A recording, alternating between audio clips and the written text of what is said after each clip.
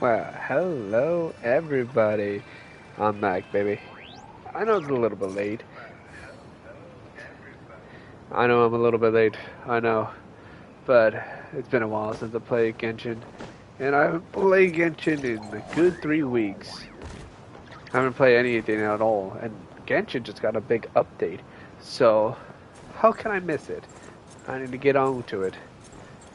Oh yes, I currently was working on this guy and then stopped playing Genshin for 3 weeks, so I have not been collecting any materials or anything, so, and also, before I got off, this got released, so we're gonna be wishing for this boy. We're getting Durin. We're getting him. Oh hell, we're getting him! But first things first, we've got some things to collect.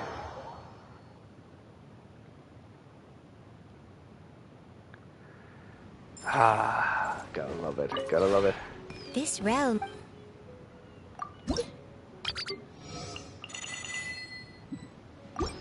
I see.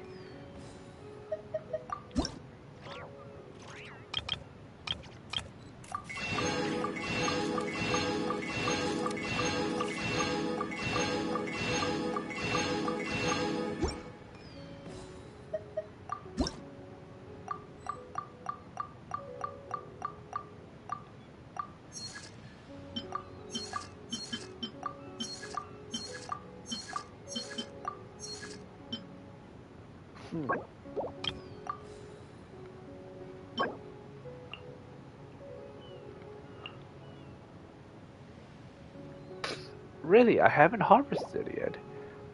Alright, so I need 2 more stuff.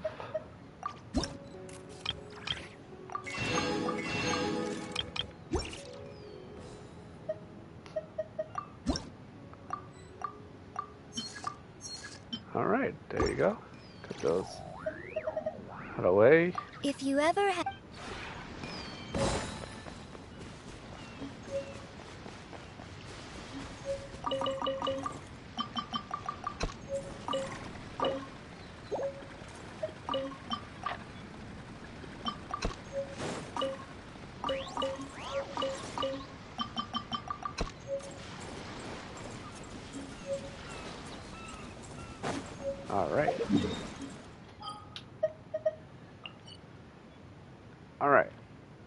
Alright, so there's a new event in Nod-Kari that's happening right now. Yes, this one. We need to get this done. And also, this one. So we're gonna get both of these done. First, we're gonna do Nod-Kari. Wanna get that out of the way. After that, we go Durin. We're gonna get Durin, baby. We're gonna get him. We're gonna get him, baby. And do this. There's a whole lot of stuff we need to do. But first things first. What do I need to collect? You. I need to collect you. Okay. Did I be able to get collect materials for her? Looks like I have. Alright. So we're good on her. Him. We need to fight this thingy. So let's go fight it.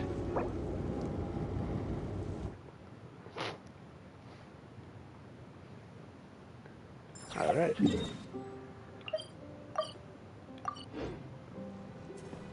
Alrighty then.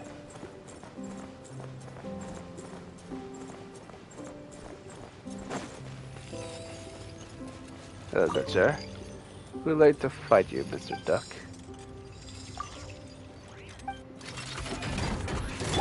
Shower me with. This makes me a little. Insulation chamber. A long sleep back. Observe. Do you fear the dark?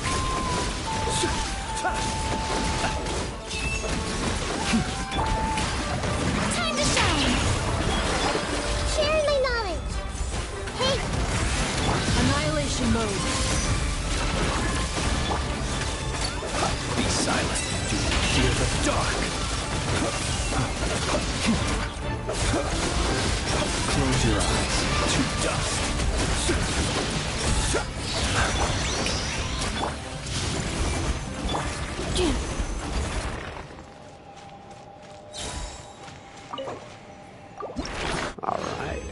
That was a good first battle. Sorry, I just got silent there for a moment.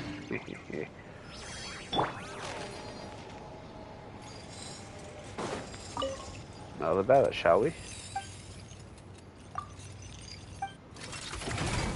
Strike a pop! Defensive mode engaged. Observe. The night cometh. Be silent.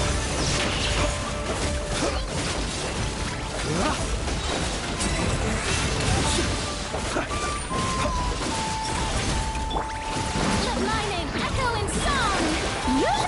Make yourselves a room! Grow, grow, grow! Cleanup sequence initiated. Preparing for dust up. Close your eyes. Observe. Night falls.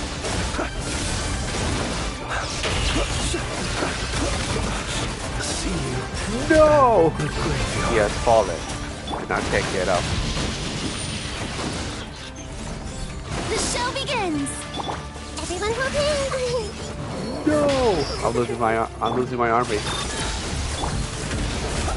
Close your eyes. To dust. Time to shine! Annihilation mode.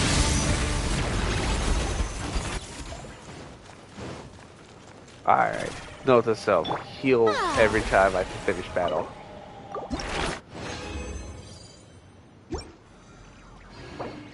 No, Nahida. I feel so bad. I killed the Archon. I feel so bad. I murdered her. Without intent. It was accidental. 100% accidental. I don't want to wait that long. So let's hop over here.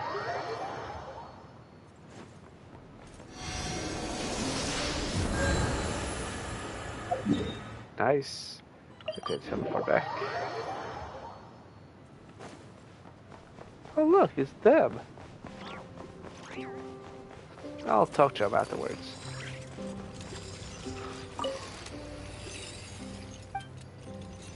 Alright, let's fight, shall we? How brilliant! Commit to memory! Defensive mode engaged. Observe.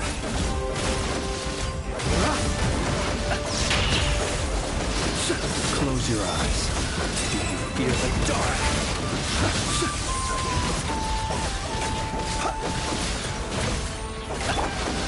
Strike a pop!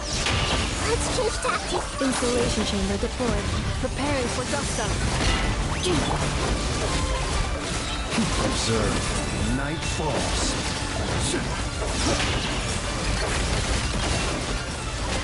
Let the world collide! The Temple of Wisdom! Hey! Defensive mode engaged. Be silent. Beware the creatures of the night. Close your eyes. That was easy. Oh, I got 4 that time. Nice. The show begins!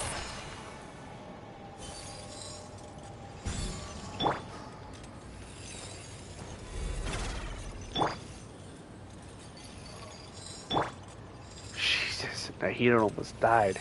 She had 77 health left.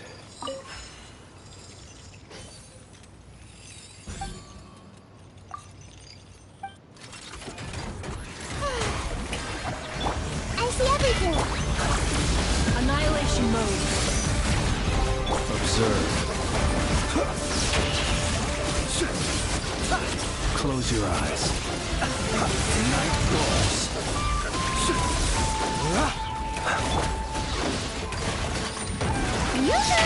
Let my name echo in song! Grow, grow, Come on, grow! Nahida. Make yourselves a Stay room! alive. Insulation chamber deployed. Ultimatum protocol. Be silent.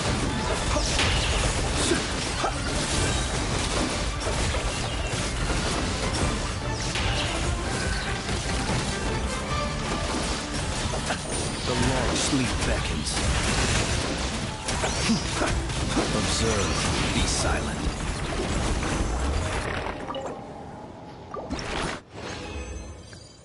Bada bing, bada boom, you get things done. Ooh. You know what? You know what? Give me one moment. Hold up. This is one more. Enough to do 2 more. Ah. Oh, wait, I didn't activate it. There you go.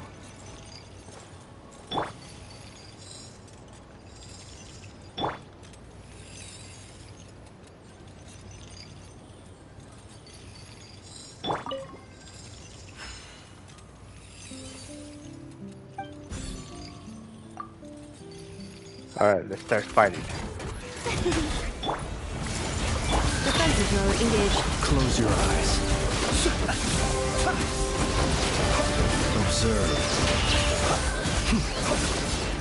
Night falls. Strike a pose! Hey! Cleanup sequence initiated. Close your eyes. Do you feel the dark?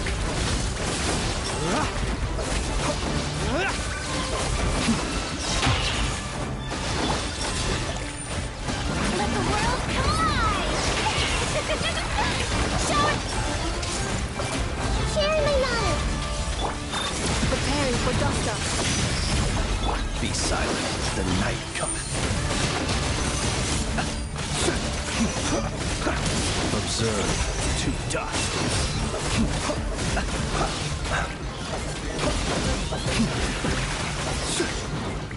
Burn. No! At least he died with dignity.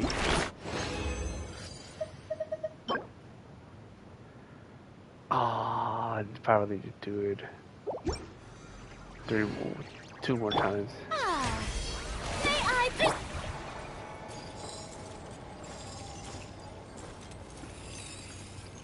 Defensive mode engaged.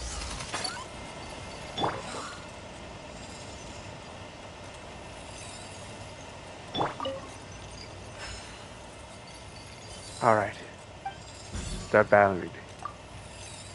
This time no one dies. time to shine! Strike a pose! Cleanup sequence initiated. I see everything! Make yourself a rule! Annihilation mode. Be silent. Close your eyes. To dust.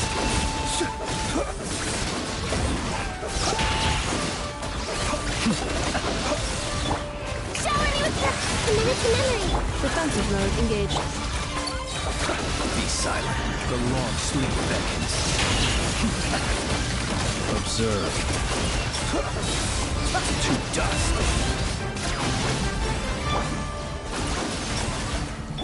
Hey!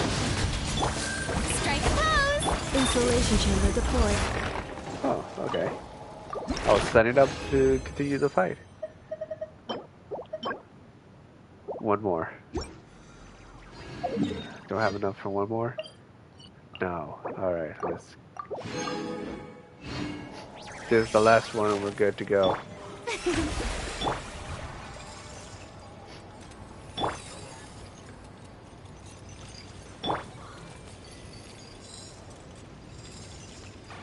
Come on, heal, heal, heal.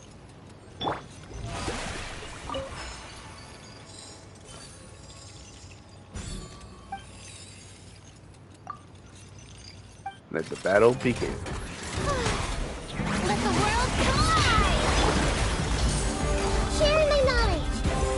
Preparing for Dusta. Defensive mode engaged. Close your eyes. Observe. You can hear the dark. Close your eyes. Night falls. Shower me with the... Installation chamber Observe. Close your eyes. It's a grave situation. Oh, shit. accelerating. Ah, the show begins. Time to shine. No!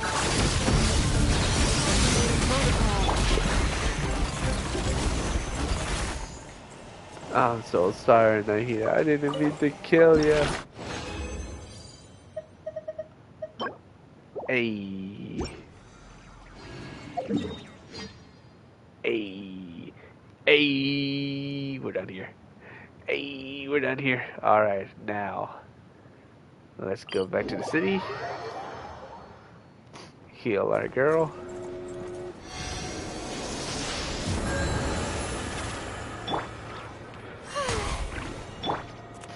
Alright, and let's get on with this Archon quest, shall we? Oh, we haven't cooked. We need to cook and also get some materials farming. Let's get that started before we do the Archon quest.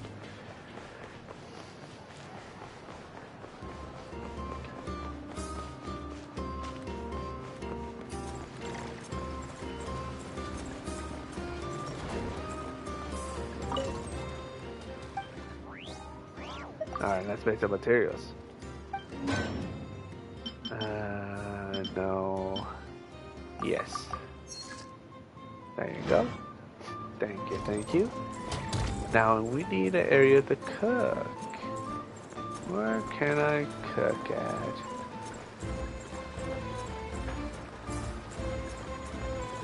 Huh. Oh, right. There should be a restaurant up here.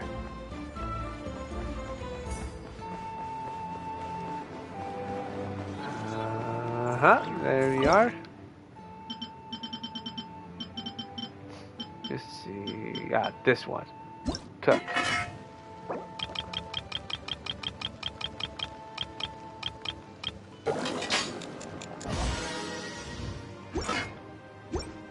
Alright, we're done here.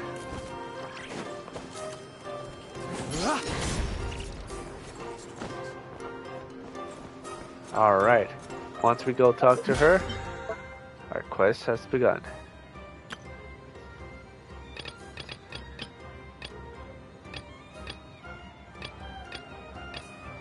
I can do all those. This I haven't finished yet.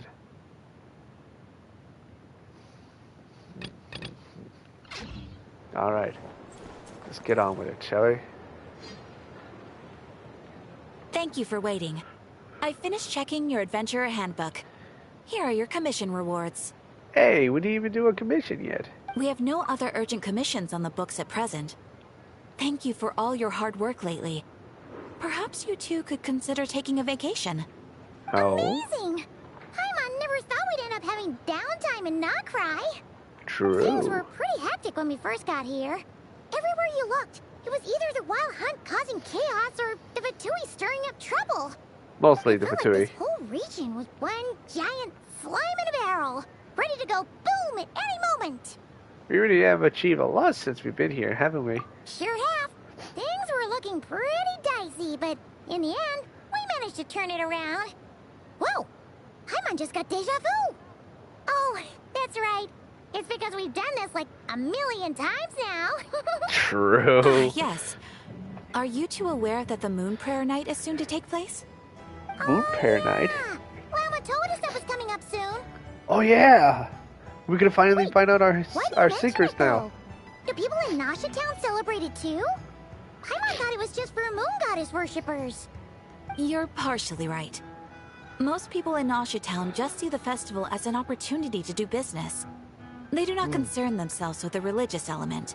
Ah, I The see. festival was first celebrated by the Frost Moon Scions. On this day, they would wear moon prayer blossoms and celebrate the birth of the moon goddess through song and dance. They would Okay. also prepare food and handicrafts and give them as gifts to others. Over time, it became Nod-Kari's most lively festival. Whew! Sounds like fun! I'm definitely up for it. Great! Well, in the meantime, since Catherine doesn't have any commissions for us, let's focus on some personal business instead. All right. When we first got here, you mentioned that this was where your spaceship landed? Yeah. We didn't get to follow up on it at the time, because we got wrapped up in that whole rare air situation, but now we can finally start investigating it properly.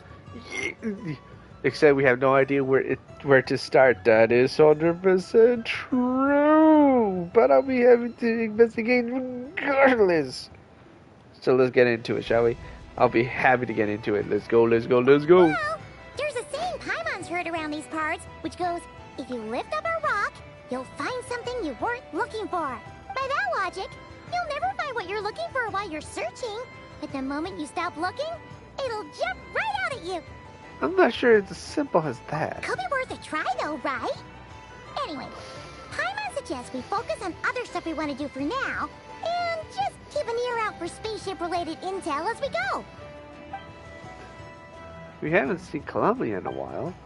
She used a huge amount of power in the final battle against Rainier, and has been much weaker since then. I don't know if it did anything to genuinely help her, but surely a little check can do no harm.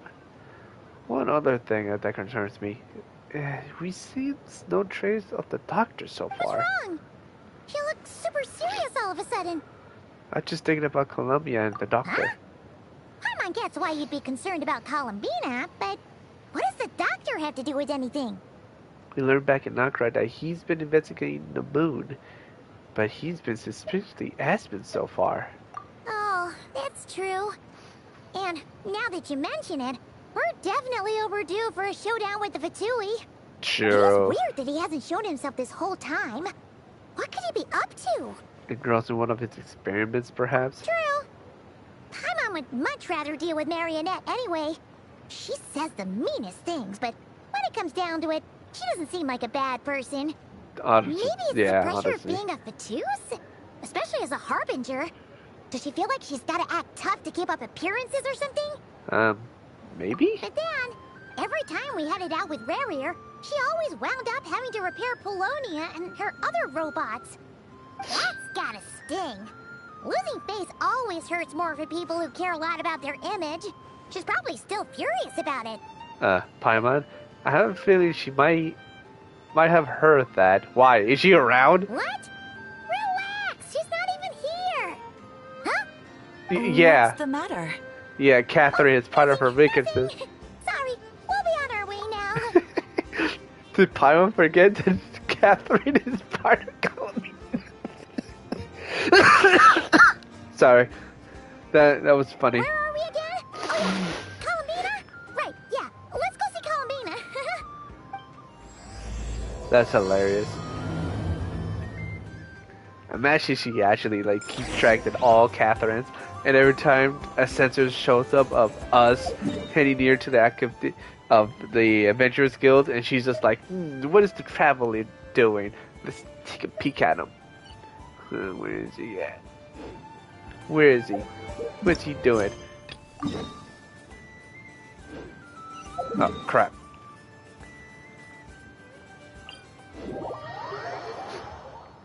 Alright, here we are. I'll be surprised if I see other people here drinking tea.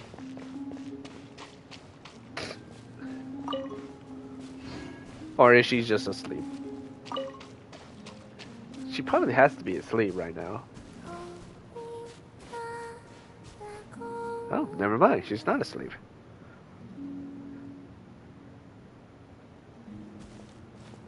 Hey, she's sitting up.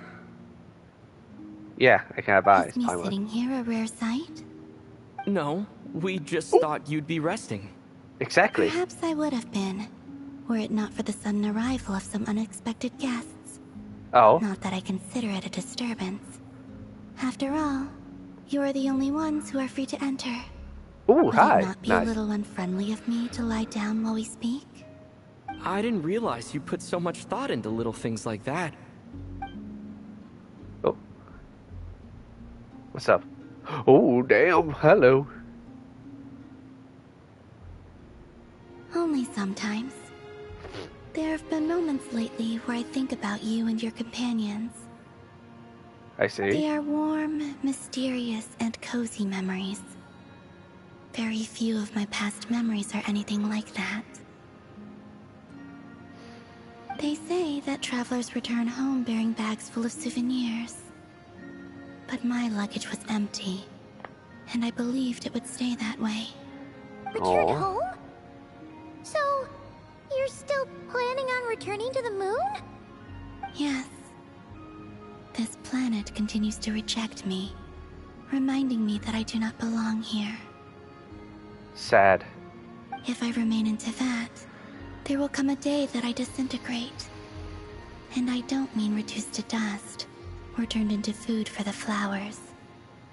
I mean, I will cease to exist entirely. Alright then. Well, we're sure gonna miss you. But it sounds like we'll have to say goodbye. How do you intend to return? The Moon Prayer Night is soon to arrive. Oh. On that day, the moon will be closest to Devat. The Kuvaki in this land will reach its peak at that time. I merely need to grasp the tide, and with relatively little effort. Oh, Paimon gets it! It'll work like a slingshot! Angry Birds. You make it sound like she's gonna get blasted up to the moon. With If a I did spaceship. that, I suspect I would crash into the false sky. I will be using a much gentler approach. But I do like the analogy. It's fun. You see? She gets Paimon's sense of humor. In the blink of an eye, the time has come to part ways. No, sad. It does feel that way, doesn't it? Time seems to fly fastest when you are enjoying it. True. I have always thought of myself as a wanderer on this earth, and it has never expressed any desire to keep me here. Yet, just as I plan to depart, it tugs at my arm. Is this a gesture of affection? Or is the world mocking me? Oh. Were you hoping I can answer that? Yes, you are a traveler, so you must have a lot of experience in this area. Then, what I would say is... enjoy the moment. True, That's honestly. right! Don't overthink it! Happiness is happiness and joy is joy! The point is to enjoy it, not analyze it! I see. Then They kind of what I would rhyme. I am very tired right now. I am still happy. I can't tell from the tone of your voice. Oh, really? You don't think I sound happy? I'm just kidding. I could tell you were in a good mood today from the moment we saw you. Ah, a joke. Albeit not a funny one. Anyway, True. I assume you're here about you-know-what. Give me your hand. Oh, okay. Get Actually, straight to it's business. not that. There's something else we wanted to discuss with you. Honestly, I thought the traveling be like, oh, holy crap, okay, let's get on with it. And she's like straight to business. Oh.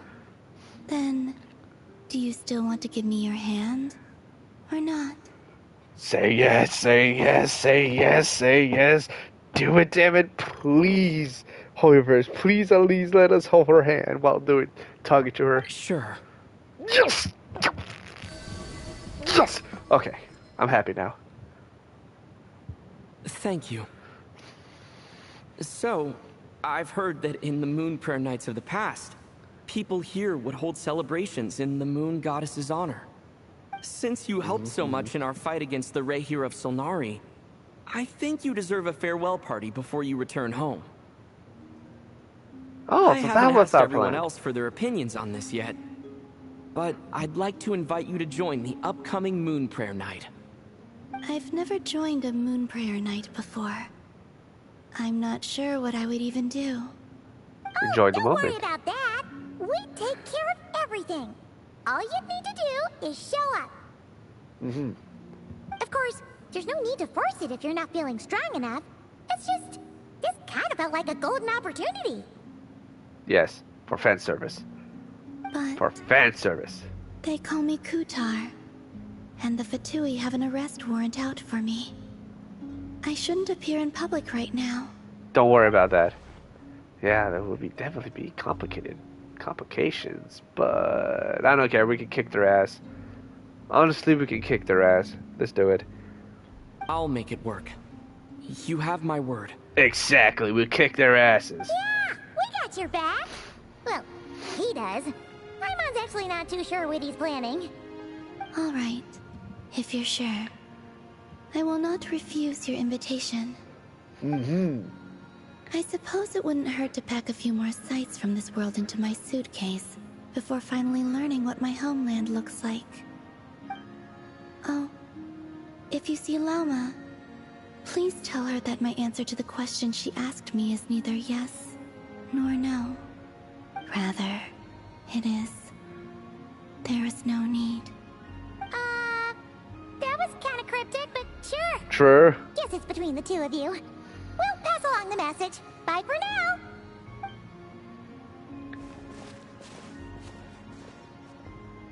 It's the question. I'm not returning to these. Oh no, she's getting weaker.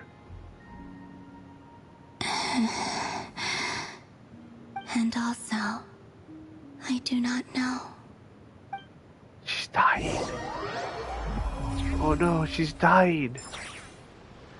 No, she's dying. Since she's agreed to join the festival, let's go see who else wants to take part. Llama's gotta be the person most familiar with the Moon Prayer Night. We should start with her. Also, what exactly is your plan to keep her safe? Kick everyone's ass. Not sure yet. I'll figure something out. I'm just happy they do more voice acting for the Traveler. And Paimon even gave you her vote of confidence back there. Why did you become so sneaky? Since the very beginning.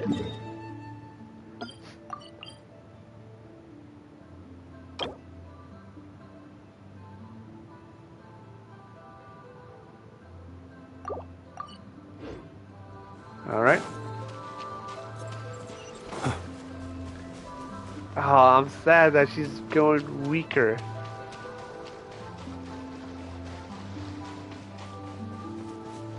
Wait, why am I walking?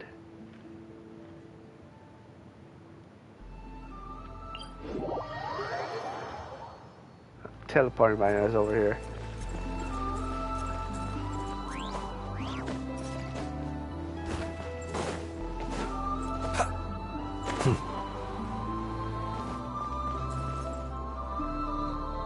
Hey, Llama, it's us. Oh, Varka! Varka? What are you doing here? Beats me. I had a bit too much to drink last night, and when I woke up, I was on Hisi Island. Oh. Mr. Varka is helping to oversee Nasha Town's preparations for Moon Prayer Night. He is here to go over some details regarding the decorations and custom cloth designs. Right, yeah, that too. What do you mean, that too? That too. So preparation was already underway. Yes. Celebrating this festival is a long-held tradition here in Nod-Kari.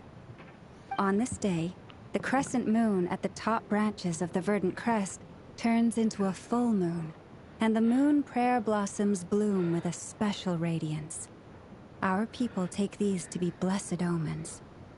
It's an especially welcome event coming off the back of all that nasty business with Rare. Everyone got put through the ringer recently, and now they're looking to turn their fortunes around. The True. big shots in town all agree that a big, lively celebration is just what we need to rebuild people's faith in this place. No wonder Catherine said that people weren't so bothered about the religious element. That's right. It's become more of a local custom by this point. The True. celebrations have little to do with whether the religious stories behind this event are true or not. Even the Frost Moon Scions are eagerly awaiting the coming of Moon Prayer Night, despite now knowing that their past beliefs were founded on a falsehood. That's Down. fair. It's a bit like the lantern ride in Liyue. It's a chance for people to enjoy themselves, not debate the existence of the Adepti. Although in their case, the Adepti definitely do exist. Oh, one other thing. We just went to see Columbina. We went ahead and invited her to take part in the festival this time. Hope that's okay. Wait, so... you mean she agreed to it? Huh. That's quite a surprise. Then, How so? I suppose that she intends to return to the moon on that day. Yeah. Oh, yeah. It's kind of a complicated process, but basically, it's like a slingshot. She probably shouldn't have endorsed your metaphor. I understand. In truth, I had a feeling that she might make such a decision. Well, if Kutar has decided to participate in the festival, we should prepare accordingly. Yeah, exactly. She was saying how it could be risky for her to show her face in public. We were wondering if there was any way we could hide her. In plain sight. Unfortunately, the people who carved the statues did an excellent job of capturing her likeness. It will be very challenging to hide a goddess whose face everyone is so familiar with. True. We may have bitten off more than we can chew here. Nah, don't sweat the small stuff. We can handle that. Huh? How You so? have a plan? Not as such, no, but the most important thing with a festival is to keep the mood light and your spirits up. You can't go preparing for a festival with those long faces. You'll never convince anyone to enjoy themselves. True. The Mondstatter spirit is strong with this one. True. As it happens, I agree with Mr. Varka. Let's start by making our appreciation for Kutar the beating heart of the festive atmosphere. And who knows? Once we get the ball rolling, perhaps everything will just fall into place. Nice. Hey! Did you catch that? Llama said the thing! Or close enough, at least. I'm looking forward to the Moon Prayer Night already. We have a festival in Mondstadt called Windbloom. Yeah, And you can always we know tell that. which couples are celebrating it for their first time by the smiles on their faces. Big, beaming smiles like their whole face is glowing. And I have a feeling we'll get to see that same smile on the Moon Goddess's face at this festival. Not quite the same, surely. Anyway, I'll take care of business in the city, but I'll have to leave the decor up to you and the Frost Moon Scions. No one else can capture that traditional aesthetic quite like you guys. But lastly, there's the final key element that brings the festival to life. Compassion. Companionship. Oh, companionship, okay.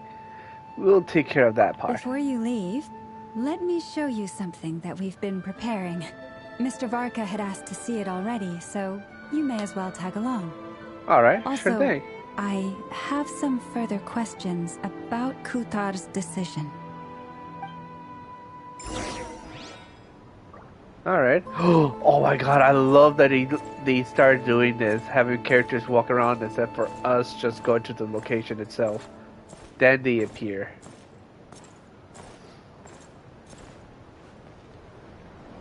Huh? What's this? They sure look like they're having fun. I believe so. Kuhenki seem very skilled at playing drums like these, although I'm not sure where they learned it from. Maybe it's an innate talent? In their eyes, they're probably just playing with toys. It sounds beautiful.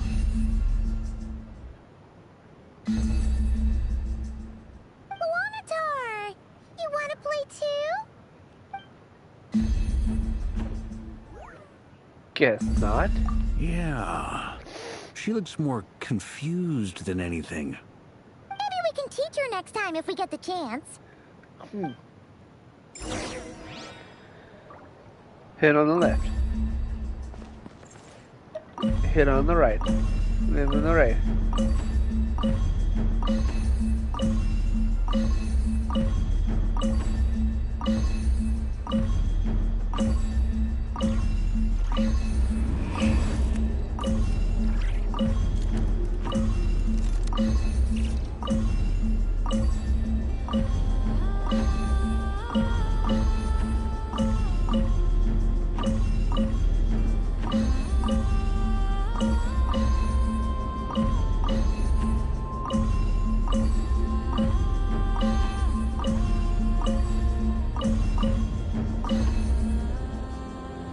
Alright, What I'm are done these here. floaty things? Oh, Moon veils.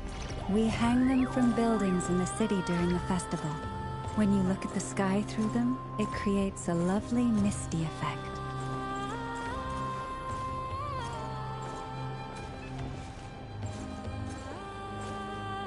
there you go. I caught up with them while Everyone walking. seems hard at work. They are preparing items for Moon Prayer Night. For instance, the sculpture being made over here. Mr. Oh. Varka and I were just finalizing the details of where it will be placed. Ah, there she is. I didn't know the finished article would be so large. Not to worry, though. All the necessary arrangements have been made. Just let me know once it's ready, and I'll get some people to ship it over. You have my thanks. And over here, we are preparing a very traditional confection.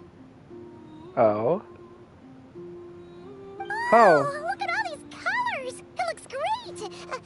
Can Paimon try one? Of course. I have a feeling you'll like it a lot. You bet! Sweets and treats are Paimon's favorite! Of course. If you included those in the Feast of the Moon, I bet Paimon would have joined the Frost Moon Scions by now. There will also be verdant crests like this present in Nasha Town during the festival. The timing of Moon Prayer Night is not completely set in advance. We make a rough estimate, then observe the changes in the verdant crests and moon prayer blossoms to guide us. As such, the wait itself is a fun feature of this particular festival. I see.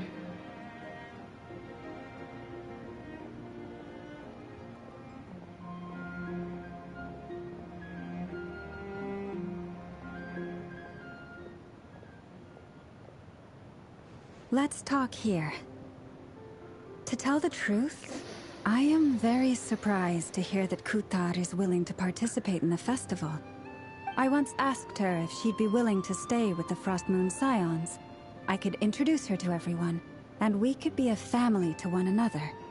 She did not answer, but she has not appeared here since. I took this to mean her answer was no, but if that were the case, she would not have accepted this invitation. Speaking as answer, she asked us to pass along a message. There's no need. I see. Maybe she is right. Maybe the Frost Moon Scions of today no longer need a moon goddess. But my wish was not for her to come here and be worshipped as a deity. I simply wanted to offer her a place to stay. I'm sure she believes that showing herself here might invite Fatui intervention, and as such she does not wish to cause us trouble. But what really pains me about all this is that this is her birthplace. She ought to belong here, yet no one has been able to grant her shelter. I think I'm qualified to weigh in here. When someone's about to depart on a long trip, what they need is blessings, not burdens. We should wish her the best, not make the journey harder than it already is. Anyway, she's agreed to attend, hasn't she? All we need to do is simply respect her decision. I see your point. Yes, she will soon depart after all. Our job is to leave her with some happy memories. Besides, who's to say her journey to the moon is a one-way trip? It's not like she can't come back and visit if she wants, right? That is true. Wholeheartedly. Festivals are all about having fun, so let's keep it simple. Yeah. All right, You I'm know? gonna head back to Oh, hold Nasha on. Town soon. Want to come with? I'm guessing you have some other folks to visit there. True, we do. But also, I want to say this.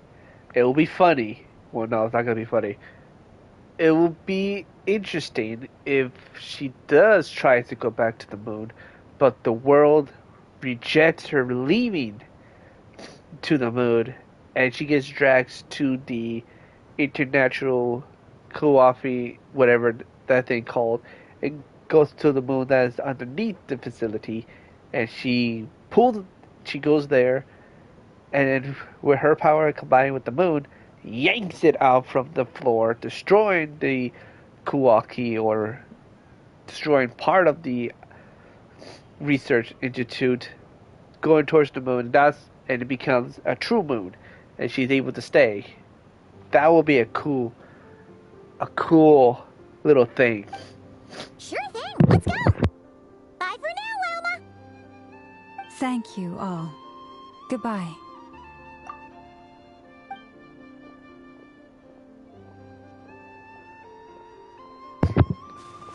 A traveler needs blessings, not burdens. It sounds good in principle, but will blessings alone be enough for Columbina?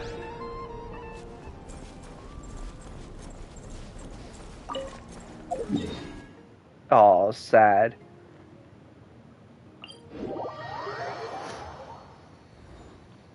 Oh, looks like we were close enough. Hey, Albedo and Dirk. Hey, over there! It's Durlin Durin and Albedo Flint's. with Flint's! What could they be chatting about?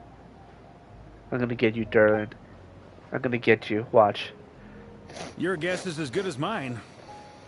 Ah, Grand Master, and the Traveler and Paimon. Yeah, what's up? Hello there. It's been a while. Yeah. Perfect. We have some new volunteers for our investigation. Sorry, what investigation? Wait, let me guess.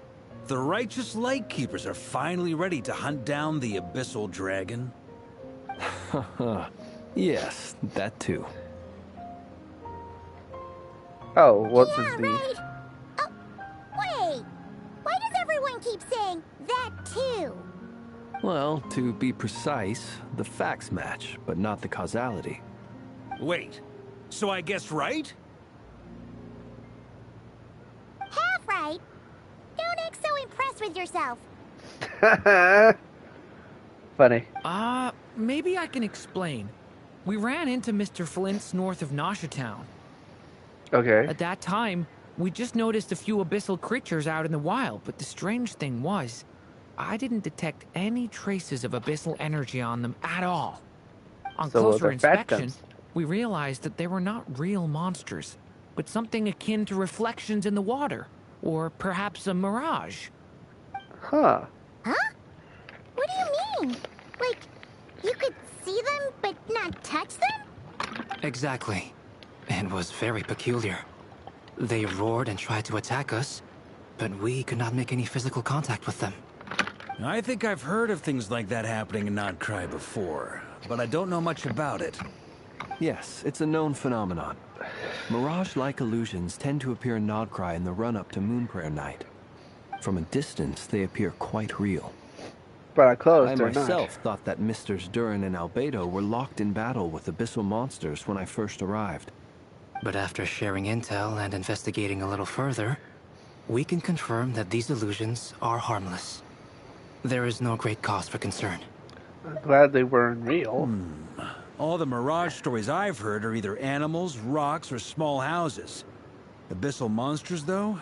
That's a first. It's a first for me, too. So I'm planning to look into it further just to be on the safe side. I intend to inspect a few more locations. What about you two? Any plans? Alice contacted me a few days ago. Alice? She'd like me and Durin to assist her with an experiment. Oh, please let us meet But Alice. we lost contact shortly after receiving the message. I'm sure that comes as no surprise to anyone familiar with her. We don't know when the wind will blow, yet when the wind blows, we will know. That, in a nutshell, describes how Alice operates. I see. That tracks. Okay. Well, I suggest we investigate this Mirage business in the meantime. It's piqued my curiosity, and I'm pretty sure I know someone who will already be 10 steps ahead of us. Well said. Right? Whatever's happening in Nod-Kari, she always seems to be the first one to know. Oh, we're talking... Let's go see what she knows. We can invite her and her staff to the festival while we're at it. Oh, yes, she's talking about her. Okay. Well, what's that noise?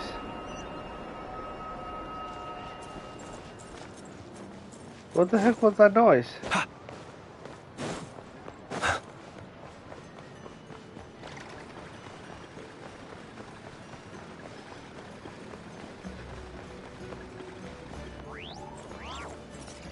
I gotta walk all the way over there. With low stamina.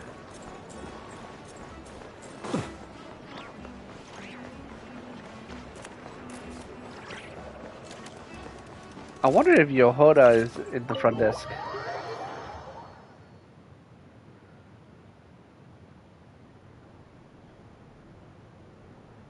Aw, seems not.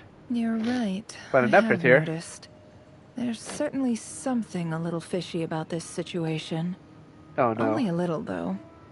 Records indicate that this phenomenon can occur in the days before and following Moon Prayer Night. That said, it has always been a rare sight in the past. The odds of encountering these phantoms are similar to looking up in the night sky, happening to see a shooting star, and managing to make a wish before it disappears. But this time, either everyone's getting lucky, or they're appearing far more frequently than usual. Yehoda's out gathering intel as we speak. Okay, In the cool. meantime, let me check off some points of interest. First, the Abyss. Yeah? The ones we saw seem to be abyssal monsters. Indeed. But we have identified one location where many more of them have made an appearance. And not just monsters, but human phantoms too. Humans Given the too? scale and nature of the phantoms, it's almost as if someone's last memories are coming to life. Or perhaps the memories of multiple people. Oh, So you mean the phantom monsters are hunting down the phantom humans? Exactly. The phantoms can interact with each other, but we have no means of intervening. In addition, some of the human phantoms would seem to be from the very distant past. This is clear both from the clothing they wear and the stories they tell. They claim to be from Hyperborea, a name which I've heard from Lauma before. If this is true, it means they must be from 6,000 years ago. And maybe we'd be able to find our spaceship during that time.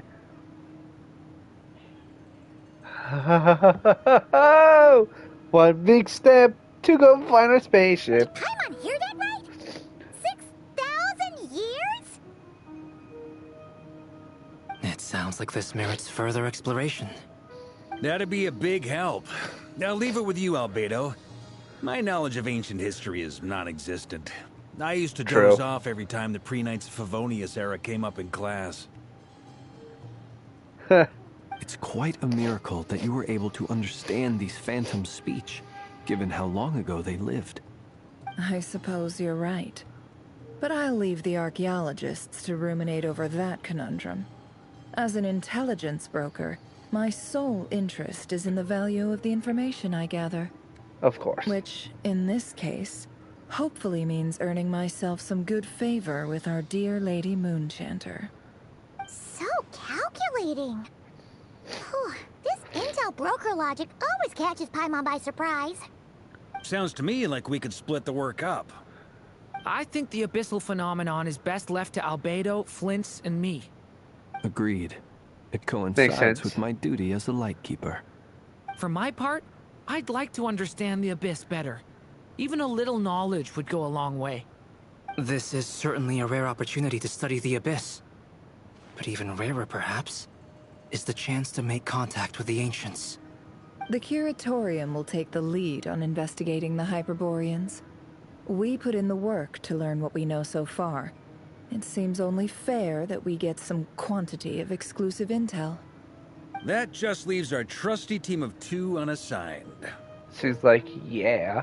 We're a team. Since when? The Paimon's probably gonna give you some shit. Seems like it, yeah. Since you became an honorary knight, of course.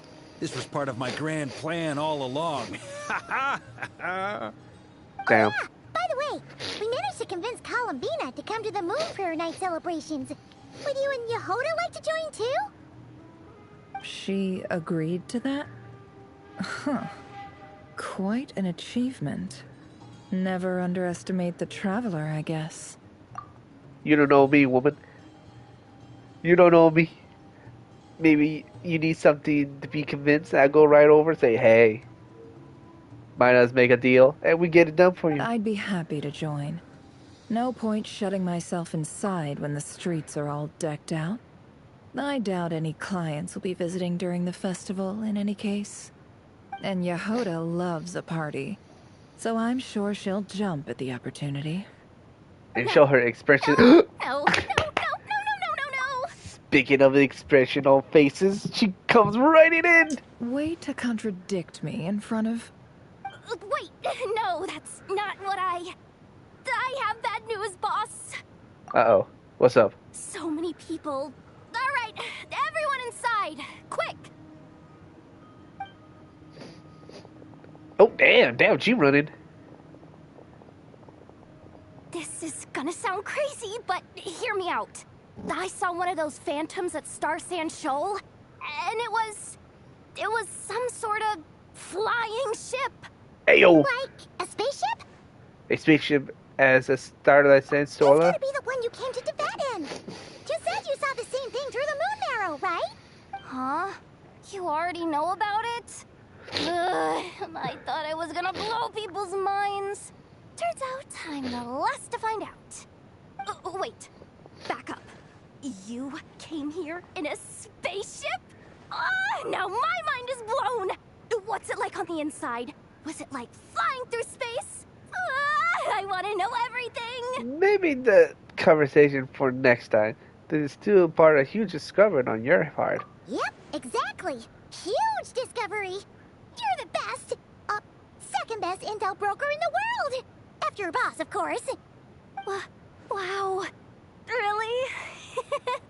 Well, I don't know if I'm all that, but... I guess that decides where we're heading next. Oh? Come on, don't look at me like that. I know the spaceship doesn't have anything to do with me, but you don't want to leave me as the only one twiddling my thumbs, do you? Please? Fair enough. You can tag along. In that case, let's meet back here to discuss our findings once we're done. All right. I wish everyone a productive investigation. You too. Let's go. We need to go get our spaceship. We'll find out where is our spaceship. What's up, boss? Aren't we gonna head out? Tell me, Yehuda. Oh. When did the curatorium start giving out intel for free? Oh, fuck.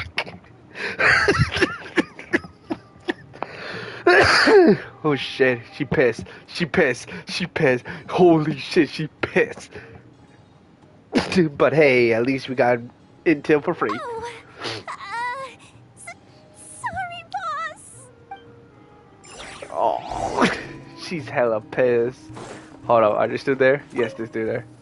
We can't unshare information any more than water spilled on sand can be put back in the bucket. I'll just have to balance the books some other way. Please, boss.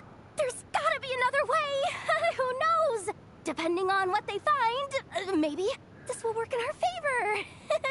Please don't find me. Please. Damn, we had to find something for Jehoda. She's losing her paycheck over this.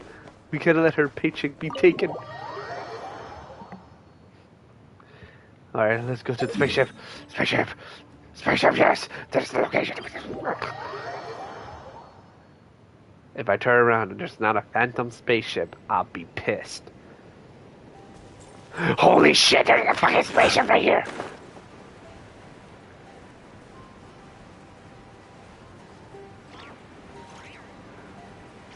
That is so fucking cool! Look at the spaceship!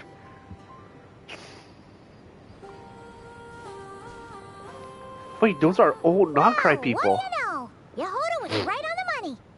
This phantom really is your spaceship. But that's so weird.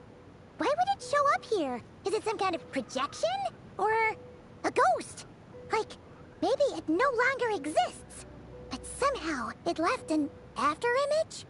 I'm not sure either. Ah, you're already here. Miss Lauma, what a surprise. I thought you were busy with festival preparations. I was, until one of our people informed me that a strange sight had appeared at Star Sand Shoal. No one's ever seen something quite like this before. I thought I should see it for myself.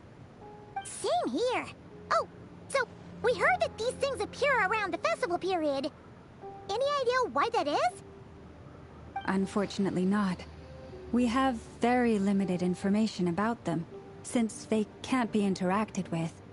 and no human phantoms have ever made an appearance before now. The most we've been able to deduce is that these sightings appear to be connected to the increase in Kuvaki energy around this time. Let's look around and see what we can find out. Yeah, seems like that's all we can do. This is all so confusing. But it's our Allow me to lend spaceship. you a hand. But it's our spaceship. Look at that. But there's a lot of Nod-Kari people here.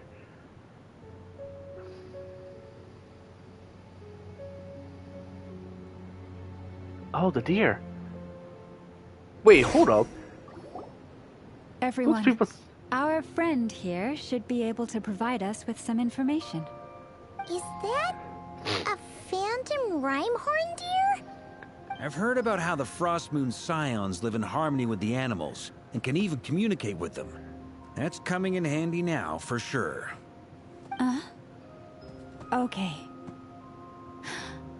Yes, I understand. Then how about this?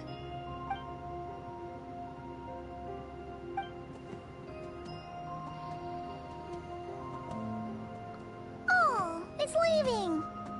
Okay, what It appears happened? to share our curiosity about this giant spaceship, so I asked it if it wouldn't mind investigating along with some friends. In return, I told it about some nearby spots where the wild fruit grows abundantly. We may live in a different era from these phantoms, but I trust that the terrain, climate, and ecology here are more resistant to the effects of time than some things are. Let's give them a moment and hope for the best. All right.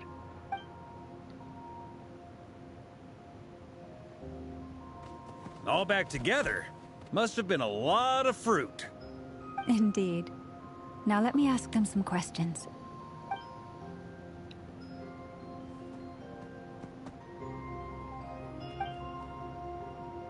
It did find a lot of wild fruit, enough for them to feast for a long while.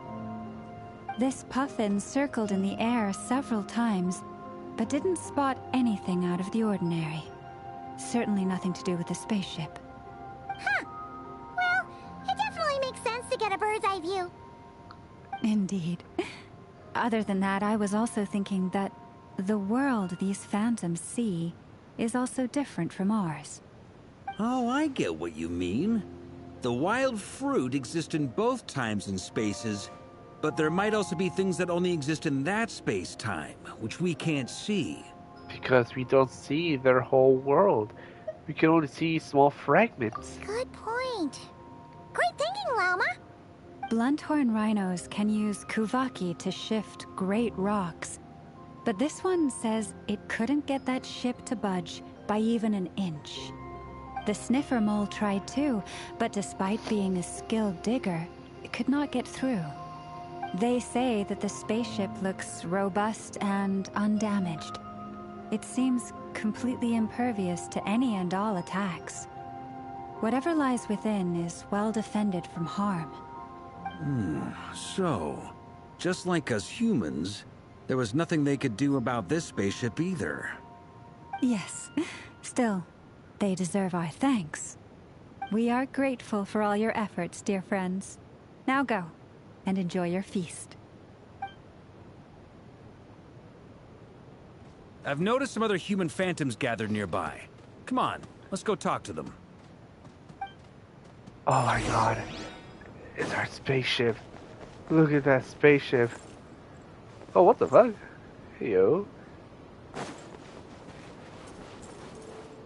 Oh crap. Alright, let's go. Ooh, Quito and Quilido. Alright, let's go. What is this thing? I've never seen it move, and there's no way to get inside. Goodness knows. My grandpa says it's been sitting here at least since his grandpa was still alive. What about his grandpa? Did he say anything to your grandpa's grandpa about it? Huh? I don't know. In all likelihood, it was here back then too. Hard to imagine something this huge could move. Guess that means that as far as they're concerned, this ship's been around a long time. I see. So, who moved it?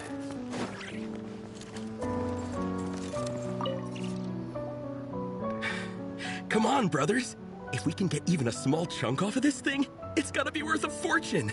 Today is the day we strike it rich. Huh? You mean Paimon? Yes, brother, I shall join you. Let's make our fortune. We should go with them. What the? This thing is crazy tough. I can't even scratch it. What's it made of? Sorry, brother. Looks like we'll have to seek our fortunes elsewhere. Enjoying yourself? I was just seeing if I could influence this phantom's perception by playing. But nope, no dice. Oh my god. I just noticed the second he turned away, moved his head, he had an angle of handsomeness. Like, increase of handsomeness angled. My god, they made this guy handsome I'm as sure we're fuck. all starting to build up an idea of what's going on here now that we've spoken to some of the people. These phantoms are reenacting real historical events in Nod-Kari. It's almost like we're in some kind of interactive stage play. We can talk to the actors, but the plot is fixed, and we can't influence it. It makes sense. History is set in stone. The objective facts of the past cannot be changed. Paimon totally thought you were just goofing around earlier. But actually, you were doing some serious investigating. Of course I was. Anyway, at this point, I think we're forced to conclude that although the Phantom spaceship is right there in front of us, we aren't going to learn much about it from these people. True. If only this showed the moment when my sister was searching for me. Maybe then I could have discovered why she wasn't in the spaceship. Or if it showed the moment when it disappeared, I would have found out who was plotting it and where they were headed. But no luck. All I see is an ordinary moment in time during the long stay here. Hold up, I gotta take a picture of that. God, I wish we could get on that spaceship. Don't be discouraged. If nothing else, this is proof of the ship's existence. And think about it. So many people tried to hack their way inside, but no one could get the door open. It's made of very tough material. To me, that says that we'll either find the ship itself or the story behind it. It's just a matter of time. Huh. Every now and then, when Varka gets serious, he actually does seem like Grandmaster material for once. I wonder how the others are doing. Let's head back for now. Paimon kind of good. insulted him a little. Also, drinks are on me if Team Knights of Favonius is the first to finish. Wait, we have a team name now? Am I in Team Knights of Favonius as well? You're very welcome to join. We've even got a cathedral ready for you. Isn't that technically blasphemy? You wouldn't dare make a joke like that if Barbados was in earshot. True. Nah, I'm sure Barbados doesn't mind a little harmless blasphemy once in a while. True, you guys are best friends. And also, again, he did the angle of handsomeness. Oh. Wait, that's a... Oh, no! Get away! Oh. Stereodia. That was a Conradian. I know it's hard to stomach, Mr. Duran. But as I'm sure you've noticed, there is nothing we can do to intervene in that which unfolds before us. But we have to at least try. And try you have. But are you aware of how many unsuccessful attempts you've made now? I wasn't keeping count. I'm afraid this is the 39th failure so far. Or the 5th if we're only counting this particular victim. There are no indications that these phantoms may be altered in any way. You seem to have calmed down a little. I'll make us a fire. You should rest and have some water. Feeling Damn, any can't better believe now, a Mr. Duran? Conradian showed up. May I ask a few questions? Be my guest. What exactly are we witnessing here? What happened to those people? My guess would be that we are seeing Nod-Kari during the Conrian Cataclysm. Would that be accurate? True, yeah. That sounds accurate Conria. enough. That is correct. As you know, once the Abyss senses even the tiniest crack, it floods in and spreads like wildfire. There was a time in the distant past when it permeated all of Nod-Kari, causing immeasurable harm. The people paid a terrible price to heal this land. Then, 500 years ago, the whole of Teyvat suffered an abyssal disaster. Once more, Nod-Kari was dealt a devastating blow. I see. In the face of the abyssal onslaught, all were like grains of sand tossed around by a tidal wave. Be they human, fae, or god. The moment you witnessed is but one drop in a whole ocean of catastrophe. All right. I guess that answers my second question, too. I wanted to know why there's nothing I could do to help them, and that's because what we are seeing is history. That would be my guess as well. As I understand it, history and fate are not all that dissimilar. The latter may be unseen to us, but both are immutable. Yes. Fate was determined long, long ago. I still have a couple of other questions for you, Mr. Flint's. Damn. You mentioned more than one abyssal disaster that has struck this land in the past. How can you be sure that what we're seeing is from the Conrian incident? And also, Because of the clothing. how are you able to stay so calm when you're talking about these events?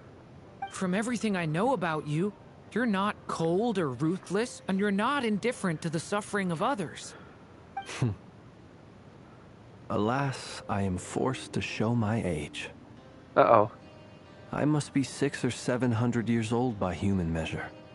Wait, so you... One is not easily moved by history when one has witnessed the truth firsthand. I'm sorry. Abeto's the same way, too. You needn't apologize. Your passion is a good thing to have. Treasure it, because someday you may find it in terribly short supply.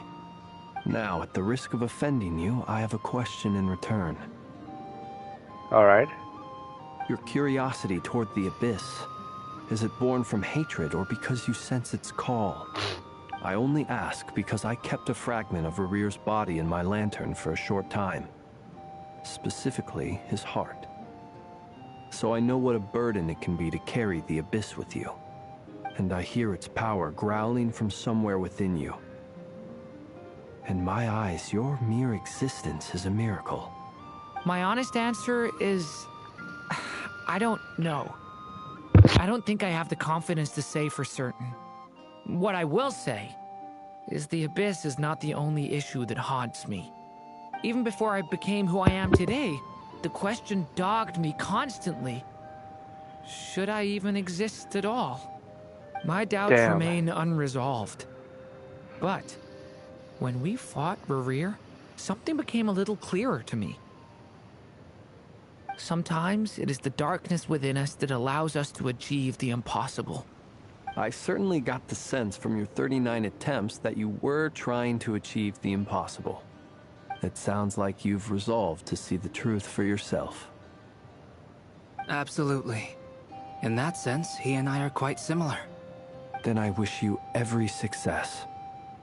I look forward to the day of your transcension. Well, if everyone's caught their breath, I suppose we should head back. Oh, and one last thing. I'd appreciate if you kept our discussion about history a secret. Yeah, he still doesn't want nobody to know that he's like 1,000-year-old. Incredibly, our separate investigations led us all to the same conclusion. Hooray for consensus! Yeah, but we barely learned anything, though. I totally thought this would be the mother lode. Talking with the ancients? I mean, come on! But nope. All we got was useless snippets of conversation. And all this stuff about moons and hyperopia. What a load of baloney. Seems like people back then had a few screws loose. I understand your frustration. We found the same issue. Each phantom only showed a very brief moment in time. There isn't much value to be found in these miscellaneous fragments of a civilization's history, no matter how glorious it may have been. If there's a silver lining, it's that these phantoms are harmless to the present reality. They shouldn't get in the way of the festivities. Paimon agrees. And not just because it's the first thing she understood in this whole conversation. Oh, Nefer doesn't seem happy about it. You look disappointed, Nefer. Is something the matter? What do you think? We all worked our tails off, but the only one to gain anything from it was you, Lady Moonjanter. Well, In what way? please do share the Hyperborean records with me. I will gladly inscribe them in our people's documents. Oh, duh! Yeah! That was it! Hyperborea! Hyperborea. I'm serious. Only an expert in the Frostmoon Scions and their history can turn these records into valuable research material. The alternative is to let them gather dust on the Curatorium's storage shelves until the pages turn yellow. Nefer, you're wise enough to know that cooperating and sharing the profits is the best course of action here. God damn it, she can't Well, resist that her. goes without saying. Sure, let's do that. Huh?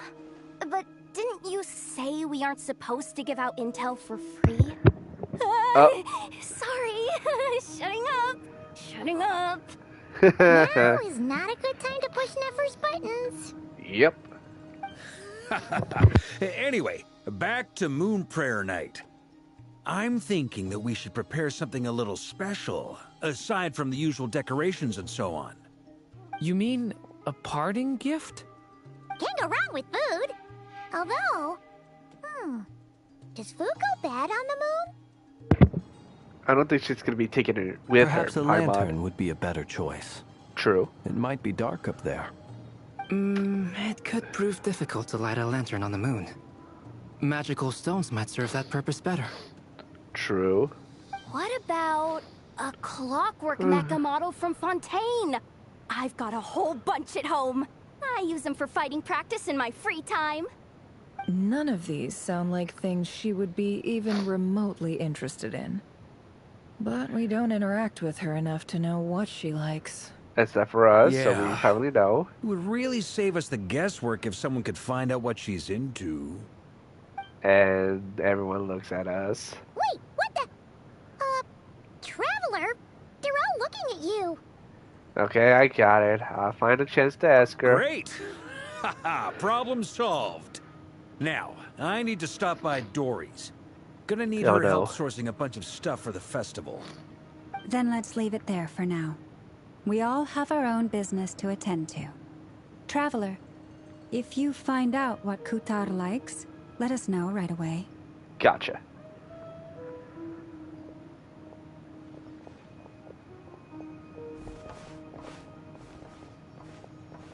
Darlin, Is something the matter? that's my line, Darlin. You seem down. I'm fine. It's just... I'm still feeling a little rattled after witnessing the horrors of the Abyss. But it's okay.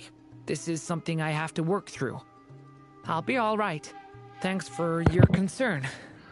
At least you're doing okay. Don't put too much pressure on yourself. Yeah. If you ever feel like something's wrong, physically or mentally, we're here to talk.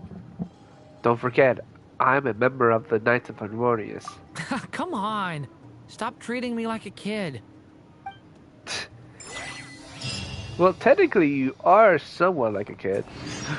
Jehoda. Could you do me a solid and try to smooth things over with Boss Neff? Really talking to the cat. You should get going. It's important that we ascertain what Kutar likes. Damn, she's really, like, concerned about that, huh? Which is why we need a lantern guaranteed to work on the moon.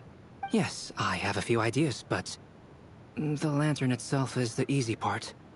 The real issue is how little we know about the lunar environment.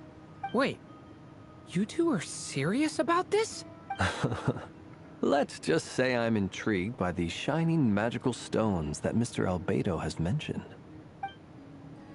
Oh no. Alright, how about you guys? Miss Lauma, would you accompany me into town? I think it'd be best if you saw the Frost Moon Scion's decorations for yourself. Very well. Let's go. Alright. Let's go meet Columbia! Let's go.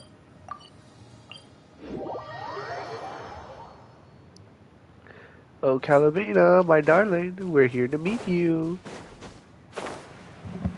If she's getting attacked, I'll be very sad. Okay, all the flowers are still blue. Hopefully we don't see any white.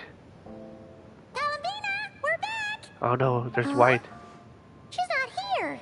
I can't sense her presence at all. Weren't there a few Kuhenki here last time too? Where did they all go? Maybe she took them out for walkies. Walkies? For Kuhenki?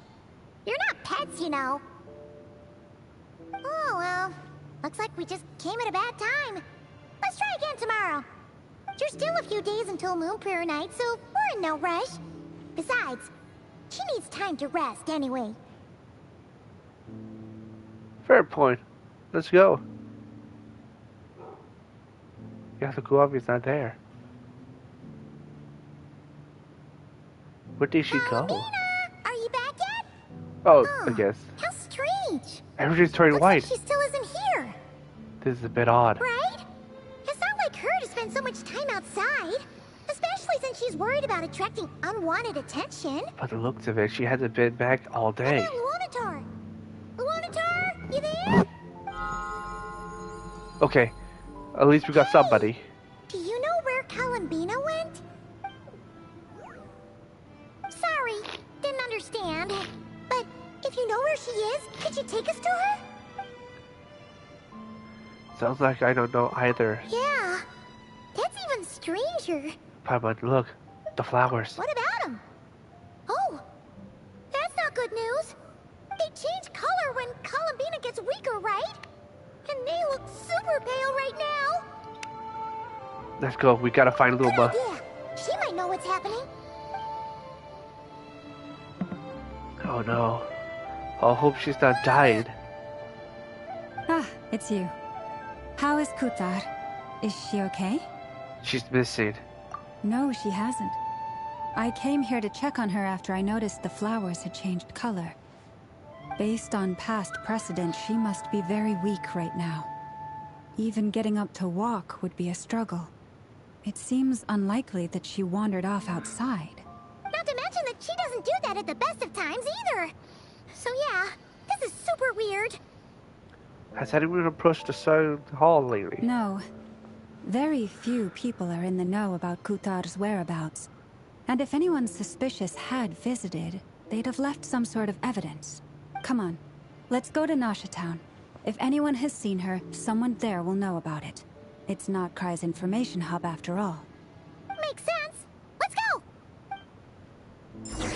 Hopefully she hasn't got herself into a situation she can get herself out of.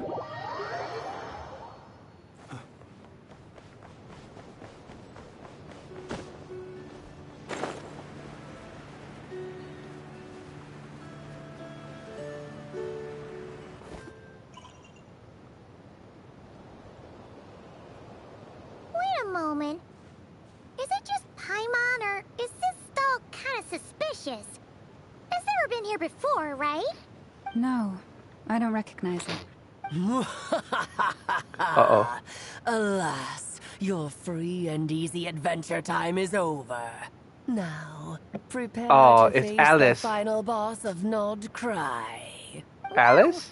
Where'd that voice come from? Sounds like Alice. Not sure, but it's definitely hostile. No, no, no, not that way. The final boss is right here. The sniffer mole? That's the final boss? Surely not. Also, That voice is a little familiar, Alice. Okay, the jig is up. I'll stop teasing you. Turn around. I'm right behind you. It seems I've managed to leave quite an indelible impression, even though you've never seen my face. Damn! Nothing could make a great Damn! mate more pleased with herself. Damn! Damn! Hold up. Alice, great adventurer of the realms, Dodo King, defender of old Mondstadt, etc. But most importantly, mother of the most adorable Klee. Oh my god, look at it, it's so adorable. She changed her name. She changed her name. You saw that? She can change her name. What is going on? I've heard that all the big shots in Teyvat have long, wordy titles that stun people speechless when they make their entrance. Unfortunately, none of them are affiliated with the Hexenzirkel, and we ourselves keep a very low profile. The notorious name-dropping doesn't quite work for us.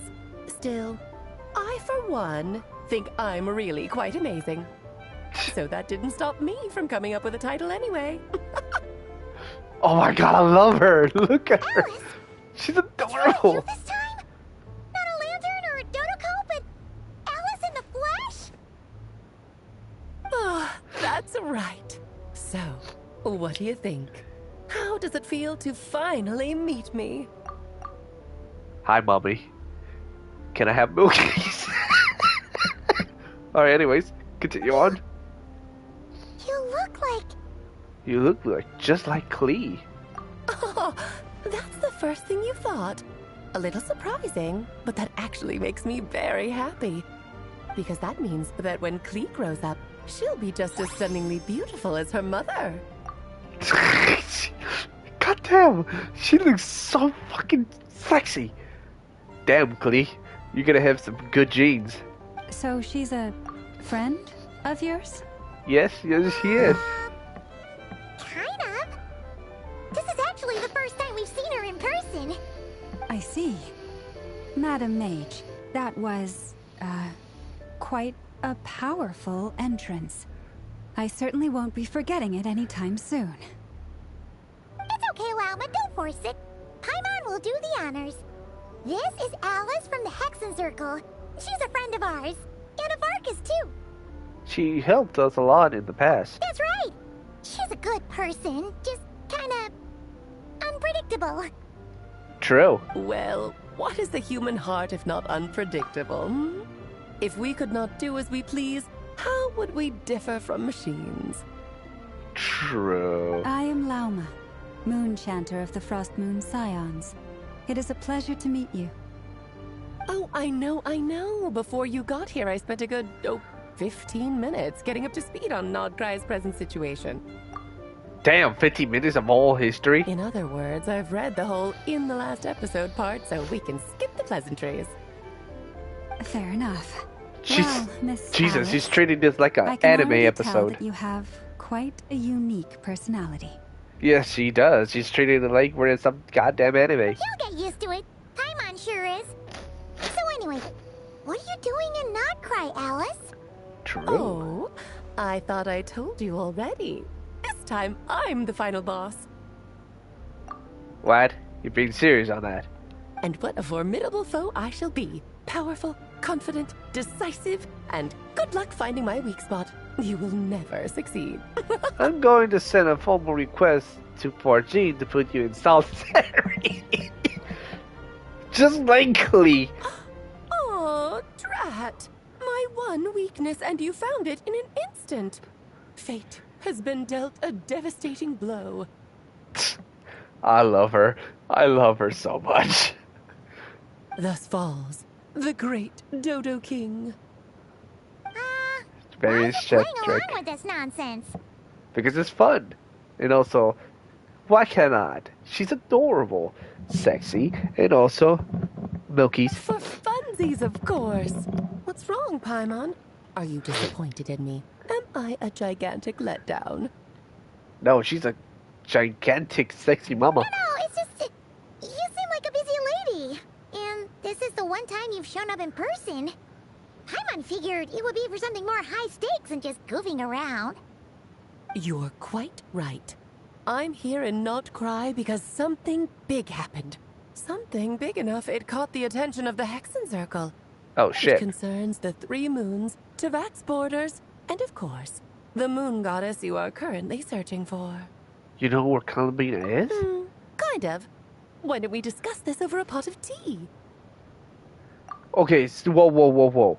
The Heckin Circle, the most low-profile society group that protects the borders of Tibet, the moons, and everything, saw what was going on at Nod-Kari, to the point when Alice volunteered herself, I'm assuming she volunteered herself because she wanted to go have fun, to come and help us on a situation they believe that it will change or alter or have a bad effect to Teyvat. Damn, so something big serious is happening then. My main reason for coming on this trip to Teyvat was, of course, to have some fun. Called it. Technically have a job to do My as well, motherfucking namely, genius. maintaining the stability of Teyvat's borders.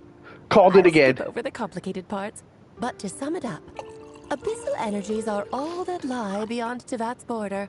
We'd find ourselves in a real pickle if they ever made it through. And the phantoms you've been seeing are a sign that the border has been disturbed. Uh-oh. No wonder they tend to show up around Moon Prayer Night. Is it because the real moon is now so close to us that its power can cross the border? In part, but only a negligible amount passes through. Just enough to influence the verdant crests and so on. And as you've noticed, there has been an unprecedented number of phantoms appearing this year. The influence of the moon beyond the border cannot explain this. No. There is another far greater factor at play. The trilunar syzygy. A what? trilunar syzygy. The what? The what? Eons ago, before the heavenly principles came to Teyvat, it was the then 3 moon goddesses who controlled the laws of this world. Are you talking about life, death, and such, aren't you? That's exactly it. The 3 goddesses split these powers amongst themselves, promising never to consolidate them into one singular body. This was meant to keep the world stable. Okay. But, fast-forwarding to the present, the eternal moon's marrow is with you, while the Yes. iridescent moon's marrow, which should never have appeared in this world, has been retrieved. Add that to the presence of a moon goddess in the flesh and... the power of all 3 moons is gathered here in Nod-Kari. There hasn't been an event like this since the War of Funerary Flame. Okay, we're getting so much information, story log, fucking dialogue. Holy crap. So, we got all 3 moons in one spot then. And it's having a noticeable effect on Teyvat's borders.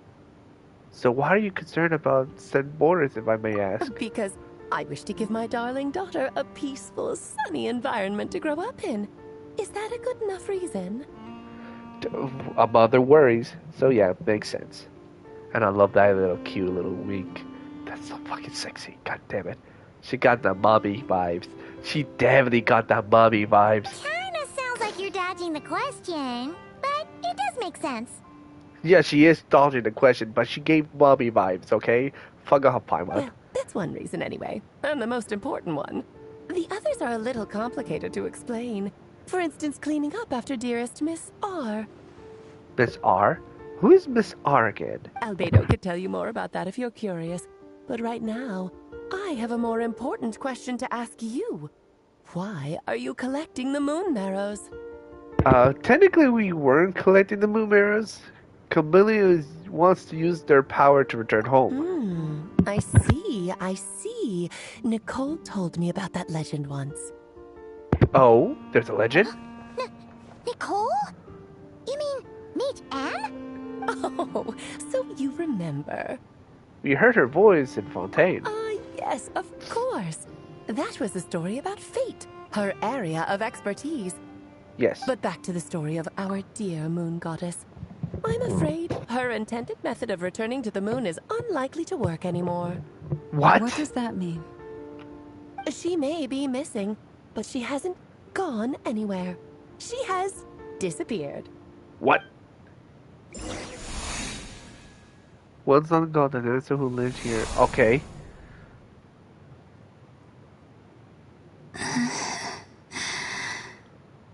My body is so heavy. Wait, no. It's my mind that's heavy. My arms and legs are as light as a feather.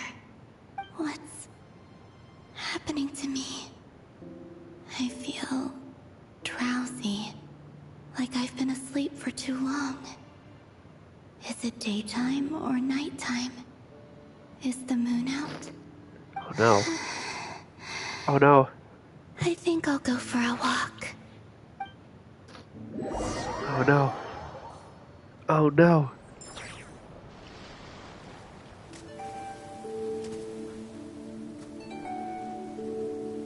Are you out for a walk too? Huh? She's a phantom. She's a phantom of the past. Oh shit. The day has come at last.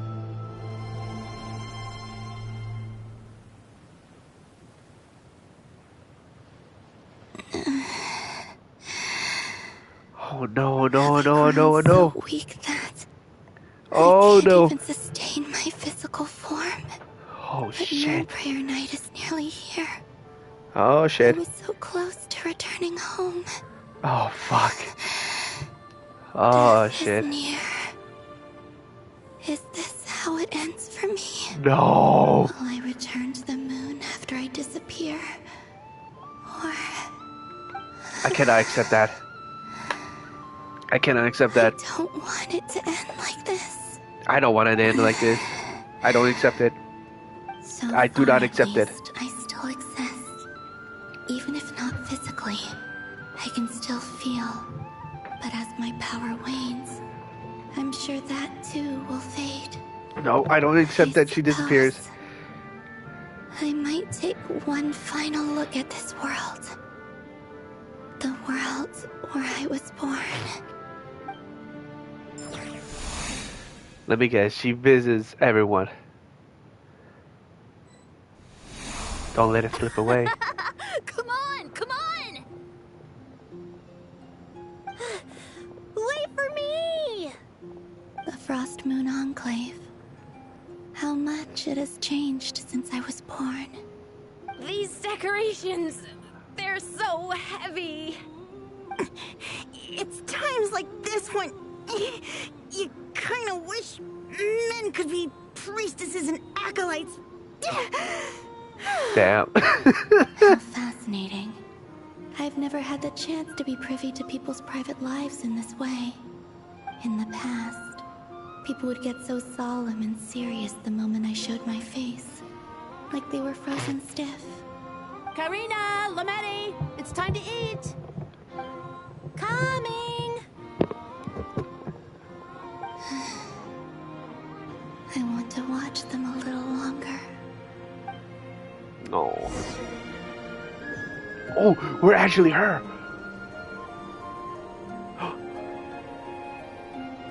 She's not out yet, but they have the character of her. Oh my god, look how she walks. So elegantly. She hops. She body hops. Oh my god, look at her. She glides through the air like the moon in space.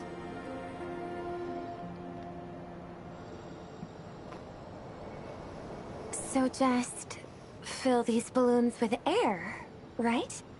Yep. Try a couple now to test things out. The rest can wait till Moon Prayer Night. Think fast. Rita! Teasing an acolyte of the Frost Moon Scions?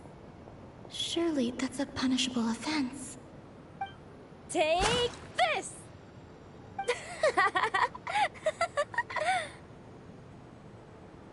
Huh?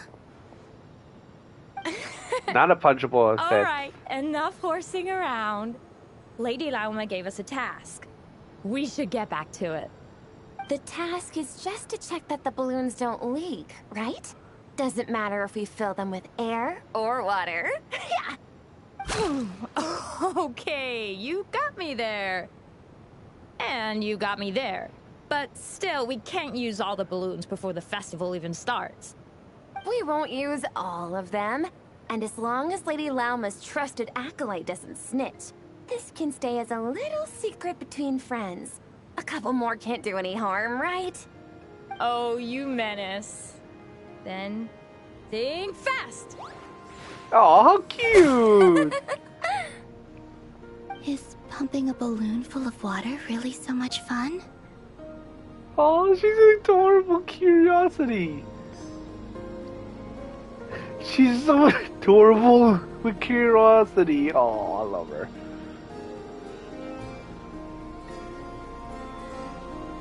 I really love her character. She does a spin. Look at that. Wee. I'm loving her. If she comes out, I'm getting her. I'm sure you're both tired from playing all day. Come on, eat up. A plain, humble meal. That has always been the way of the Frost Moon Scions. Huh? How come Lametti got a midsummer berry dessert? I always get Lockaberry. I don't mind sharing. You can have a bite of mine if I get to have a bite of yours. They're sharing food? I've never shared food with anyone before. Even at the Harbinger tea parties, everyone just ate off their own plate. And when I couldn't finish my food offerings from the Frost Moon Scions, they'd leave the leftovers out under the moonlight for the animals to claim. Hey! That was 2 bites! Oh, then you can have another bite of mine. Oh, you too. Oh, don't fret now. Here, have some of Granny's too. So this is what it means to be family. Oh. Alright, are we going to another location? Or is she gonna follow one of us? It'd be cute if she followed one of us. I'm seeing so much that I'd never usually get to see. They'd never act like this when I was around. It's nice, being able to just watch people in peace in these final moments. What a rare opportunity. I think I'll go take a look around Nasha Town, too. Maybe the Traveler will be there. Oh, Colin, she's been following us this entire time. Oh, that's adorable, that's adorable, that's adorable, that's adorable. After the War of Funerary Flame, the Moon Goddesses were no longer recognized by Teyvat. They lost the whole foundation for their existence. That's why the Moon Goddess's strength is fading. She cannot withstand the world's rejection of her. Damn. It's like Columbia said, the world itself is rejecting her. To be more pedantic about it, the Moon Goddesses did something to offend the heavenly principles, and that's why they were ousted. Something of a recurring theme in Teyvat's history.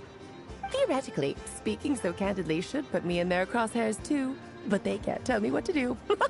I'll say whatever I want. Damn! She's that powerful. The Moon Arrow energies were but a drop in the bucket for her, and that battle against the Ray Hair of Solnari only weakened her further. Fortunately, it happened close enough to Moon Prayer Night, when the Kuvaki concentration here is high. That's the only reason she managed to survive this long. What do you mean, fortunately? We're too late. Ugh, what a headache. I thought this was all common knowledge. I guess I have some more explaining to do. Okay, buckle up. It's time for another lecture. Yep, alright.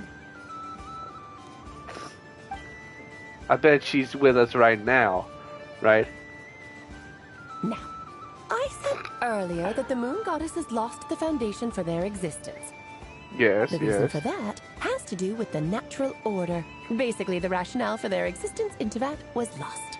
Okay. The same logic applies to the present Moon Goddess, too. Consider her existence so far. Her comrades in the Fatui called her Damselette. And she Okay. was worshipped as Kutar by the Frost Moon Scions. But these connections have now been severed, whether by her hand or yours.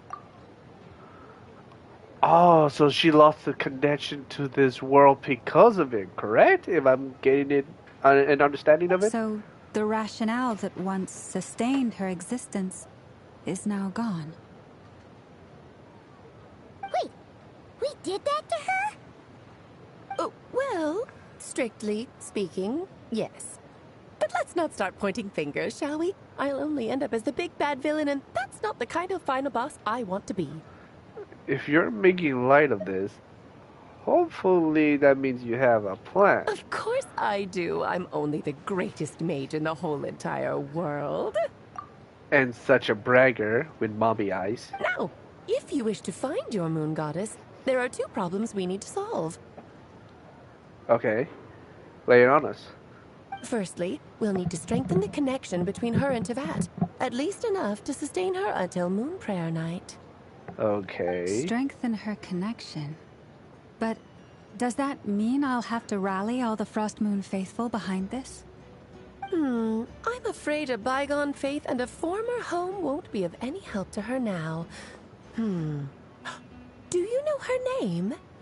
Her name? Oh, yes. Names are very important things. A name is a fundamental concept that anchors one's entire existence. That's right. I asked her once, but she said she doesn't know. She never been given a name. Then your first job is to find it. As a moon goddess, I'm sure she must have a name she identifies with. Neither Columbina nor Kutar is her true name, and she's never really accepted either of them.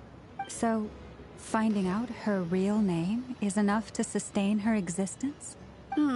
Yes, I know it sounds like a small step, but every journey begins that way. So for now, that's all we need to focus on. The second problem is with her plan to use the moon marrows to return to the moon. Unfortunately, piercing through the false sky will take an enormous amount of power. Given her current condition, she won't be able to provide anywhere near enough power, even if she recovers her physical form. But no need to fret. Nicole's the expert in this field, and I'm sure she'll figure something out. Wait, Mage N is going to help us out too? That means we've got 2 Hexacircle mages on the case. This is turning into a pretty big deal. Yeah. Actually, this is more of a side quest for me. Really? Like you said, I'm a busy lady, so I can't True. stay for too long. I'll have to return to Tevat's border soon. Thanks for telling us all this. That's the upside you get for looking out for my little Klee. Hopefully that will incentivize you to carry on keeping her company in the future. Oh, Anyway, most definitely. jokes aside, you'd better get moving. It will take quite a miracle for the moon goddess's consciousness to hold out till Moon Prayer Night. Oh, I suppose I might as well tell you where Nicole is before I leave. Please do. Off you go now. Time to meet your new friend. Oh, yes. And a little suggestion. Don't forget to mind your heads. What do you mean by that? What do you mean by that? What do you mean? Oh, I just noticed her gloves palms inside is a heart. What? Yeah, you mean by I that? wonder how Durin's doing. I should really go see him before I head back. You really are super busy. I most certainly am. There's so many children I have to keep tabs on just in Mondstadt. Durin, Albedo, Venti, Varka. Wait, why Varka and Venti? There were some unexpected names in there. Klee didn't make the list, huh? Of Yeah. course not. Klee is my pride and joy. I have no qualms about her, because she's the best child in the whole wide world. Of course. Bias. Yeah. Klee's a little angel. I'm glad you agree. Well, all the best. See you when I see you. Please disappear awesomely. Please disappear awesomely. Nope, she just walked away. Okay. She left in a hurry. Yeah. She didn't pack up her stall. Should we handle it for her? I doubt that's necessary. A mage of her ability doesn't need our help. I must say, I'm now very curious about her daughter. Klee, wasn't it? What's she like? That's A long story. Come on, we'll fill you in as we go. I wonder if Columbina's with us right now. Oh, yeah, okay. It's gonna answer my question or not.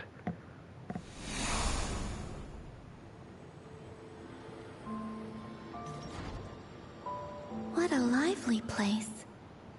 I've never experienced Nasha Town like this before. Hey, you old geezer! Your hammer's rusted through! Who are you calling old geezer? Are they quarreling? No, they're I'm friends. looking right at him! You've really gone downhill since giving your daughter free reign in the workshop. Can you even swing a hammer anymore? It shouldn't take you days just to fix a single chair! You might as well use that hammer to massage my back for all the good it's doing. Don't run your mouth, or you'll get a back massage that'll put you in bed for the rest of your life. Look, the materials haven't arrived yet, all right? You know how busy it gets in the days before Moon Prayer Night. I'll bet you send all the materials to your little princess. Blood's always thicker than water, huh? All right, you've made your point, Uncle Koski. As soon as the materials arrive, fixing your chair will be the #1 priority. And Dad, if you've got time to chat, why don't you lend me a hand, See? Lolka knows what the score is. I guess they're friends. Yep. But the way they spoke to each other was so ugly. That's how friends speak with each other. It wouldn't be the first time I've seen something like this. That's how best friends speak with each other. We're assholes to each other. That's why me and Noob get along so damn well. Columbina! Stand outside my door in the middle of the night one more time, and I'll unscrew your vocal cords. You hear me? So adorable. Oh, Zandrone. So that was her way of trying to be friends with me. What a pity. I won't get the chance to say any ugly things in reply. Aww. Oh. Oh. Oh. Oh. Wow. Wow. Wow.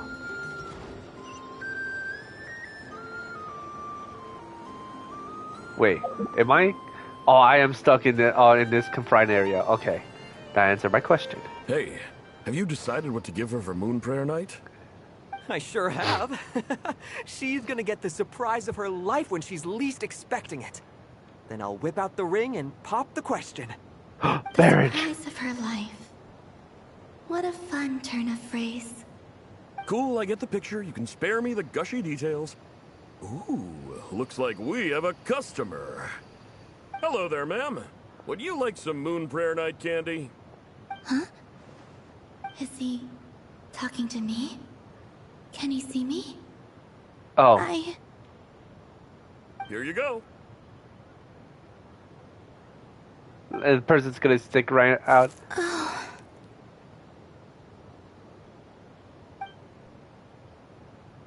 Come back anytime. Right. Now, where were we? Oh, that had to sting a little. That had to sting a little. I don't know why, but I still held out hope. Oh, that had to sting. That had to really The most sting. important thing right now is to find that mage. This name thing seems super important too, but where do we even start looking? I'd better go pay the Fatui a visit.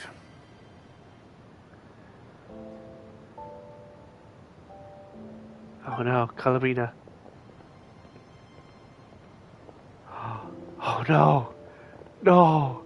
Oh, I can feel it. My heartstrings are being pulled of sadness and despair.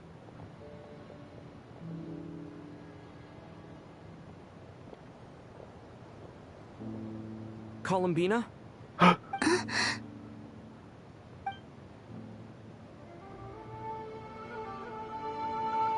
Did we sense her?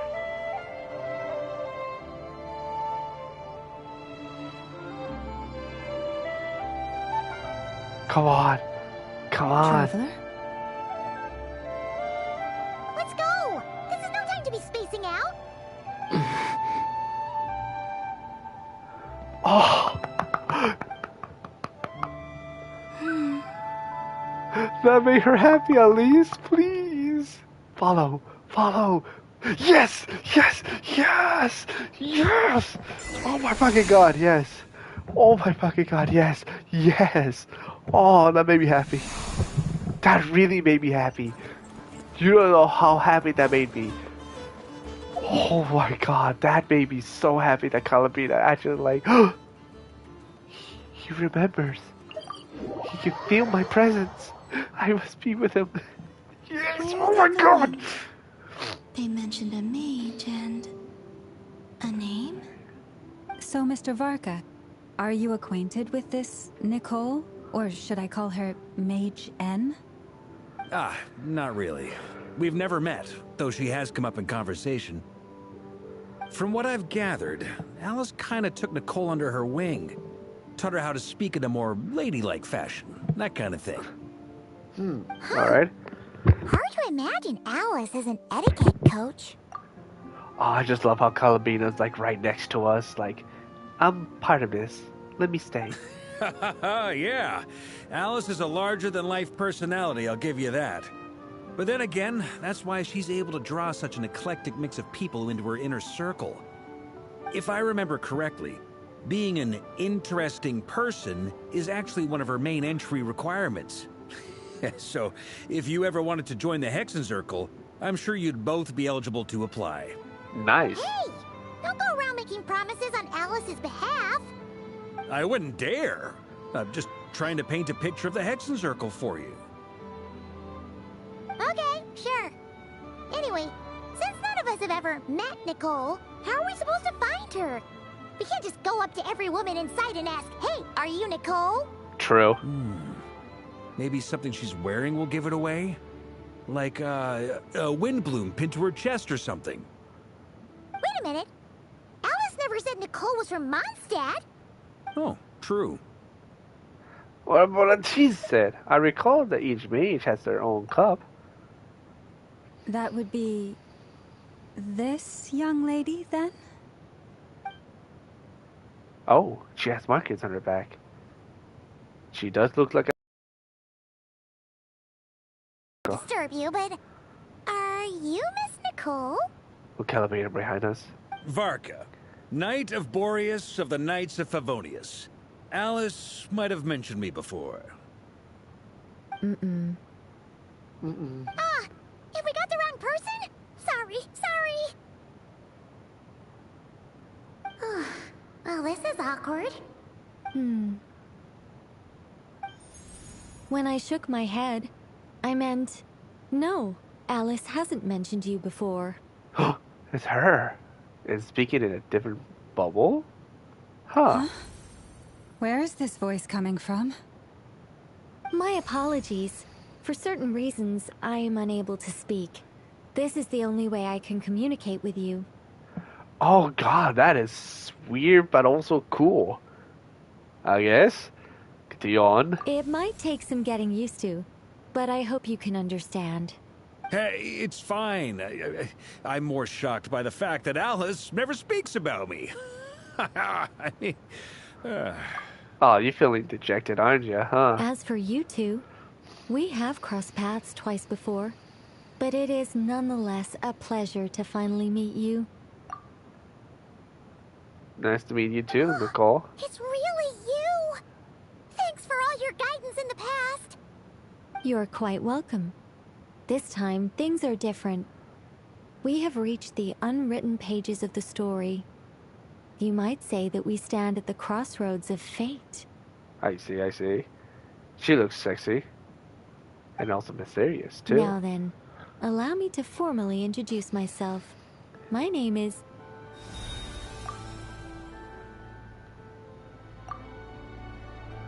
Nicole, the unpredictable master sculptor, the immortal library giant. If only they were written. And a silent angel, yet also the old girl is the other word, etc., etc. In summary, to remain silent is to be the observer of the world. That is cool. Good title. No, stop! Alice! I can't believe it! That is I had a adorable. whole speech prepared. I'd agonized over every single word. She always picks the worst moments to ruin other people's plans. I'm so sorry about that. Alice took the liberty of devising some bespoke self-introduction magic for each member of the Hexen Circle. But I could have sworn I deleted all of the triggering conditions for it. How did it bypass everything? Oh gosh, this is so embarrassing. This is a very different side of Nicole than what we're used to. Is she not used to face-to-face interactions? Don't worry about it. We've seen that introduction magic once already, so it wasn't too much of a shock. Please go on, Miss Nicole. We'd love to hear what you have to say, or, well, communicate. Huh? Are they talking to this lady? But... Will you all promise to forget that horrendously embarrassing introduction? Sorry? Embarrassing? When? Among the words I hope out just now, I saw Angel? Yes. My name is Nicole, and I am one of a very few angels who have retained both their preferred form and their power. Wait, an angel? A legit angel? The Traveler and Paimon should be no strangers to this concept. There is another of our kind in Natlan. They call her the Lord of the Night. Alright! Paimon remembers her! But we never seen her in person. Yes. Well, I have retained more of my power than she. It's because I don't have a long-term duty to fulfill. To be more specific, no. We'll be here all day if I get into the specifics. Moving on. If I'm not mistaken, you are here because you wish to learn how one might reach the moon beyond the sky. That's right. Is that something you can give us any guidance on? Yes, I do know a way. It began with the Hyperboreans, who lived after the War of Funerary Flame. Blank looks. Maybe I should start with the background of the war. Yes, please. Or maybe not. It shouldn't be an issue. What is Columbia doing? I'll fill in the gaps for you when we have more time. Anyway, after that war ended, the three moons retreated to beyond the false sky. The Hyperboreans were humans I once aided. They accepted the civilization and creations bestowed upon them by the angels. But despite accepting many blessings of the angels, many among them still held on to their faith in the moons. They were reluctant to accept the new order. Even after the War of Funerary Flame. Oh, that's cute. They sought to contact the moon goddesses beyond the sky and receive their guidance. But all three had passed away by that point.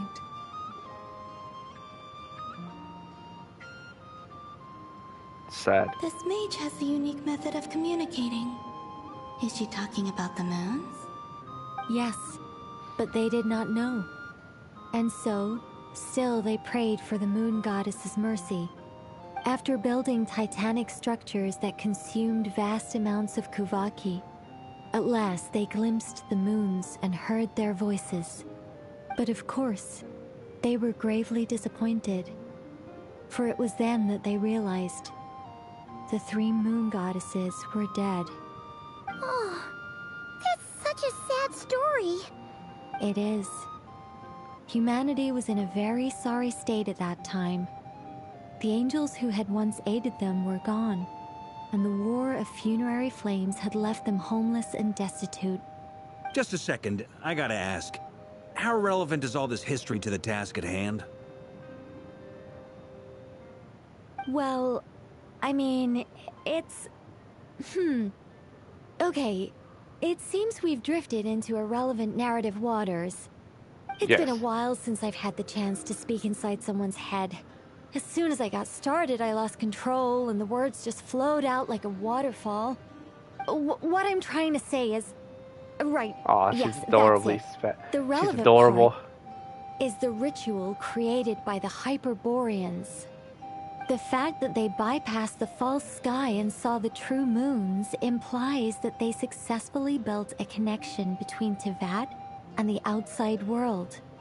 Which means, with enough Kuvaki and a sufficiently stable connection, it should be feasible to send one person over the border. Okay, so they built some kind of portal? Oh, yes. A portal. Yes. Is something wrong? You sound disappointed. I just didn't expect you to summarize it so well. It turns out I could have said all that in one word, if only I'd managed to think of it. No, please, Damn. it's fine. This is invaluable knowledge. I'll be sure to record and preserve everything in writing. Oh, really? Well, in that case, I suppose I could backtrack and add some more detail. I did gloss over a few things so far. I like how Whoa, confident whoa, in the time background. out. Let's summarize what we've got first. The Hyperboreans were the last ones to use this method, right? So we somehow need to find whatever structure they built and make sure there's enough Kuvaki to power it up. Luckily, we have the moon marrow of both the eternal and iridescent moons, so we're all good for Kuvaki. Which means the key issue we need to focus on is finding the place. Am I right so far? Yes. Although, I expect the structure is long gone by now. That Damn. said, what if we could take advantage of the phantoms to travel back to a time when it still existed? Well, travel back isn't quite accurate. It's more like we'd be creating a handshake between 2 points in space-time. We wouldn't even have to pick a time when it still existed. It could just be a time when it still appeared in phantom form via projection, or we could project our own phantoms, fold them together, And you lost us. Too complicated. You look lost. Was that too hard to follow? I followed the whole thing, so I'm good to go. Yeah, things got a little, technical there. Paimon's brain is reaching capacity. Alright. Of course. Let me think about how to put this more simply. Okay, got it. Over the next few days, I'll search for phantoms that we can use. Once I find one that meets the criteria, I'll let you know and we'll regroup. By completing certain rituals, specific individuals will be able to enter the phantom and make it to the Hyperborean structure. If everything checks out, and it looks feasible, we'll just need to wait for Moon Prayer Night, and we can send the Moon Goddess back home. I'm really skimping on the detail here. Is this making any sense at all? I think so. For now, we'll just wait to hear from you. Yes. Basically, yes. Great. Counting on you. In the meantime, we'll focus on finding the Moon Goddess's name. My name? Are they looking for a way to stop me from disappearing? Excuse me, Miss... Go on, Miss Nicole. This conversation was a little all over the place. I didn't catch your name. I am Lauma, of the Frost Moon Scions. Ah, I did wonder. I noticed that you listened very intently when I spoke about Hyperborea and the moon's history. If you'd be interested, I'd love to visit you this evening and go through it again in greater detail. Also, if you were serious about making a record, it would be too risky to simply write down the raw details as is. I would suggest some tweaks. Maybe rewrite the stories as fairy tales or fables, perhaps even prayers.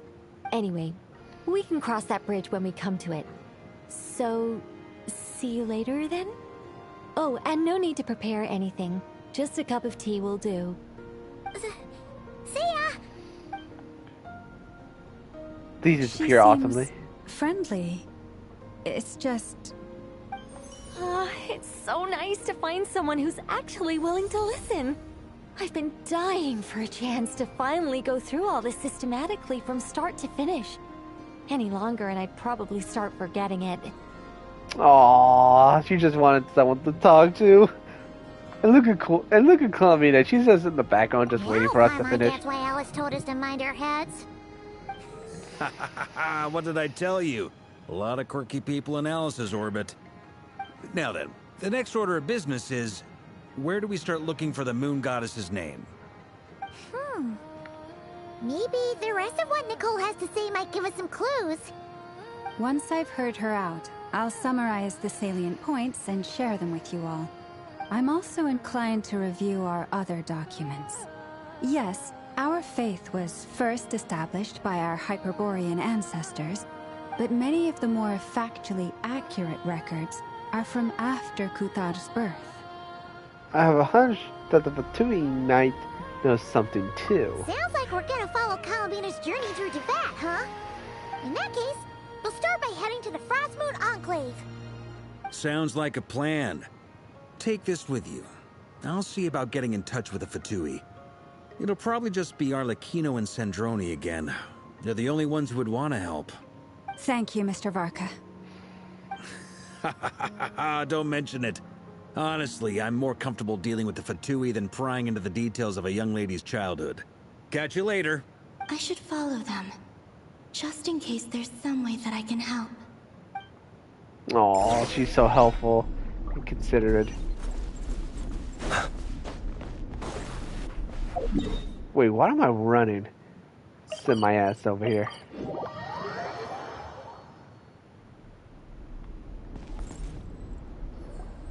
A while ago, I took the time to organize all documents in our possession that pertain to Kuthar. What you see here is the material I consider reliable. You're saying there's unreliable material too? Yes. Most of the information we have was transmitted through an oral tradition. Inevitably, some of her stories were mythologized and deified over the years through countless retellings. That's why I organized them into reliable and unreliable. There's no sense seeking answers in history unless we can ensure the veracity of the historical record. Makes sense. Alright, let's take a look through. Alright, in the records, but you can tell he described them as tiresome and dry. And since I already knew the material like the back of our hand, the quest to find any new information is in the text is tough going. Almost all these records refer to Kuthar instead of Columbina. Although neither of those is her real name. Paimon's not sure what point she's trying to make. What we can gather from these records is that the Frostmoon Scions worshipped her as a god, placing impossible expectations upon her. I cannot fault them for their earnest faith, but for all their devotion, worshipping her day in, day out changed nothing. I imagine that none of it resonated with Columbina. It wouldn't surprise me if, even back then, she had already begun to reject the name Kuthar and everything it represented. Lama speaks the truth. When I heard them call upon Kuthar with hope and expectation in their voices, they may as well have been calling upon somebody else. Then you're organizing these texts. The code did you use? That's a bit complicated. I looked at the level of detail, perceived authenticity, prose style, and how realistic their portrayal of Kuthar seemed to be.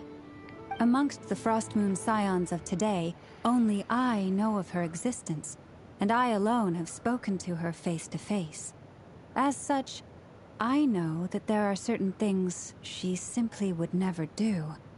That being said, I have sensed some changes in her lately. Changes? Me? She's adorable. This is getting us nowhere. For what it's worth, why don't we check the unreliable sources too? Sure. Give me a moment. I like how Columbine is just moving around, entertaining herself while watching us. Exerting but a fraction of her divine might, Kuthar sheared a great mass from the snow-capped mountain and cast it into the sea, upon whose surface shone the mirror image of the moon. Thus was formed the island of Hisi. Is that true? Right. That doesn't even begin to pass the sniff test. The 3 moons are not but lies through and through. Only one moon has ever shone for us, and Kutar is her name. That's actually strong in this one. The vast majority of ancient texts are filled with fanciful tales like these. I trust you understand my criteria a little better now. Kutar did not speak, merely gazing into the distance in silence. And where her gaze landed, this was her prophecy. Clearly, whoever wrote this text never even met Kutar. Otherwise, they'd know that her eyes are always closed. What about you, Traveler? What are you reading? Seems like a collection of antidotes. Come on, let Paimon see. The child wished to build a wooden nest with which to shield a fledgling bird from the cold. But being so young and lacking in strength, the child could not snap the branches from the trees. Kutar was passing by. Upon seeing the child, she summoned forth the Kuhenki, who built a beautiful nest for the child. I remember that. Not knowing the meaning of Kutar's divine intervention, the child dared not to respond, and thus ran home to call their parents. But Kutar was gone. The Moon Chanter declared the event a miracle and took the nest as a relic, placing it on high for all to see. The child was named as one favored by the goddess, and was greatly respected amongst the people. Yet, no further miracles were bestowed, and this matter was forgotten in but a few years. Huh. Any thoughts after reading that? If it's true, it gives us somewhat loathsome feelings. Yeah. Columbina probably just wanted to join the kid in making nests. Ah. I'd originally considered this a fabrication, because Kutar did not perform any similar actions in subsequent records. But now that I think about it, it does seem like something Columbina would do. It's just that... She didn't know how other people would interpret her actions. She was probably worried about making things difficult for people. So, she gradually stopped joining in. Yes. Oh, that's so sad. Oh, she's remembering it. And now, I can make no such gestures of warmth, even if I want to. Oh, sad seeing her like this. No name. That's a bit of a shame. But we did learn some interesting stories. That's gotta count for something. Barca said he was gonna set up a meeting with Arlecchino and Sandrone, right? Let's go back to Nasha Town and see how he's doing. Alright, let's go to Nasha Town.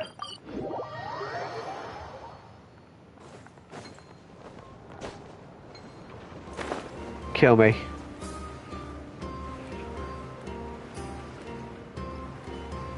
Oh shit.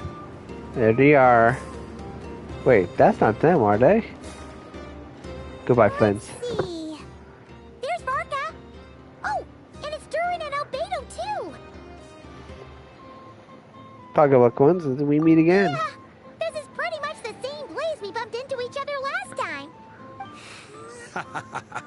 I convinced them to stick around a little longer. We were all waiting on people, so I figured having a little company would help pass the time. Ah, so you've been waiting for us? Does this mean that you've already arranged things with the Fatui? Sure does. Now you're back, we can go meet up with them together. How'd your investigation of the Frost Moon Enclave go? Well, we didn't find out Columbina's true name. But apart from that, it went pretty well. We learned some stories from her early days. Aha, just as well that I didn't tag along then. I'm sure our moon goddess wouldn't want every man and his dog knowing all about her private life. Still, desperate times, desperate measures, I guess. Someone had to do it. So, Barca was waiting on us, but what about you two? Are you waiting for Alice? Oh, no. We already met with her. We discussed that experiment I mentioned to you last time. Oh, and she also handed me this communication device. Aw, cute. This looks similar. That's right. I understand she informed you about the relationship between the phantom phenomena and Tevat's borders, yes? She wants me to help her with some more experiments on that front.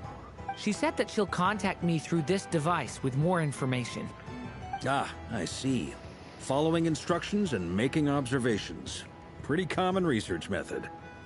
Takes me right back to Albedo's lab. Wait, then who exactly are you meeting? Someone you know. Albedo's met him too.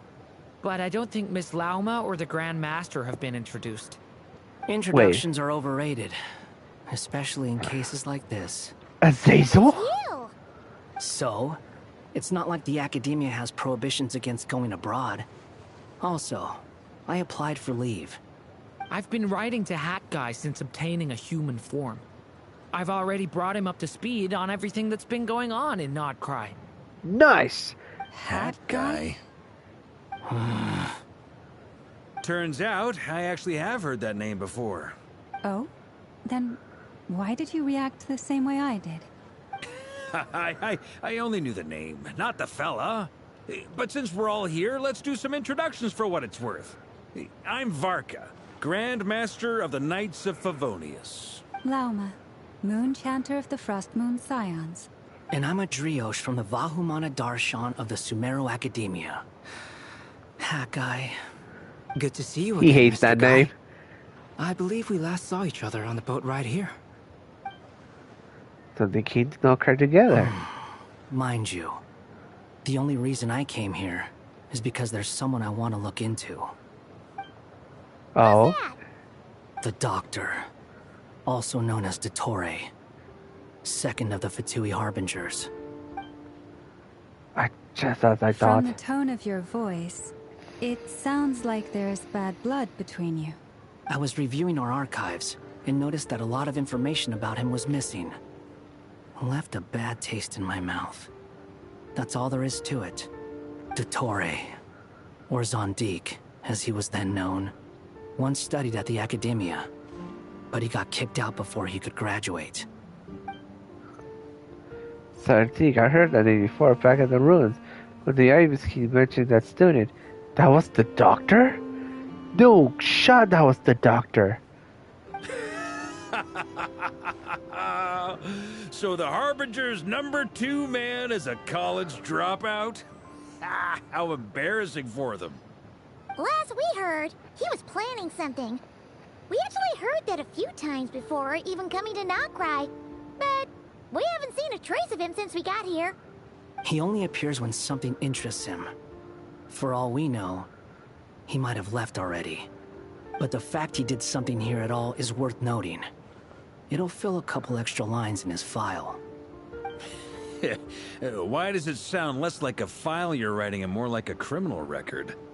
Anyway, we were just about to meet 2 of the other Harbingers. Want to come along? You might learn a thing or two about him there. I don't think that would be good because he used to be a Harbinger. Well, he did erase his existence. So, he may not want to do it? Sure. Okay. Harbingers, well, they're old acquaintances of ours, so, you know, when you talk to them, try to be... I got it. The Frost Moon Scions' relations with the Fatui remain tense. Forgive me if I do not attend. In that case, we'll continue assisting Miss Alice with her experiments. Good stuff. Everyone's having a fruitful time. All right, we better get going. I'll lead the way.